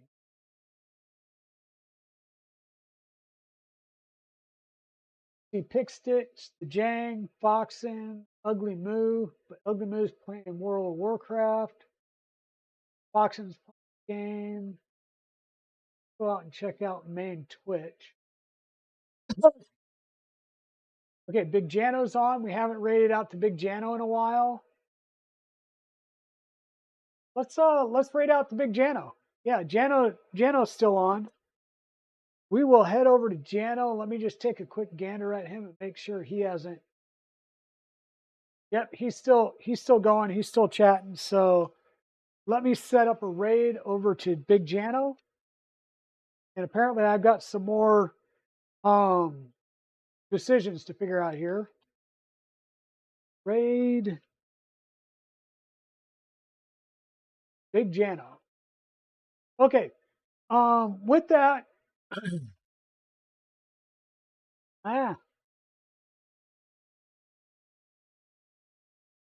there we go. Okay, everybody. Thanks for coming out and hanging out with me this evening, working through the fun that is working on the Micron. It's an interesting build so far. It's really a cool little build. We've just had some difficulties here and there, partly because neither one of the manuals is fully fleshed out and completed. There's no electronics section. There's nothing about the skirts and how the skirts go on. So we've been having to kind of figure a few things out on our own. So thank you all for being here. Pez, Chewy, Zombie, and everybody, thank you for chatting. And on Saturday, if I've done any more of this, actually, if I do any more of this, it'll either be on stream and I'll stream some tomorrow, or we're just going to finish it on Tuesday. Now we'll just do it Tuesday. So Saturday stream, we're going to start the Trident 350 build. Okay? So thanks everybody for being here, and we will complete the wiring, and I would have had these last couple of problems triaged out by then, so we can complete the wiring, start commissioning, do some printing in PLA, and then do our standard of throwing some panels on this. So thanks a lot. And I just started the raid for Big Jano. Everybody come on over and join me as we raid into Big Jano. And we will see you guys on Saturday. Thank you so much, everybody. Have a great and blessed night.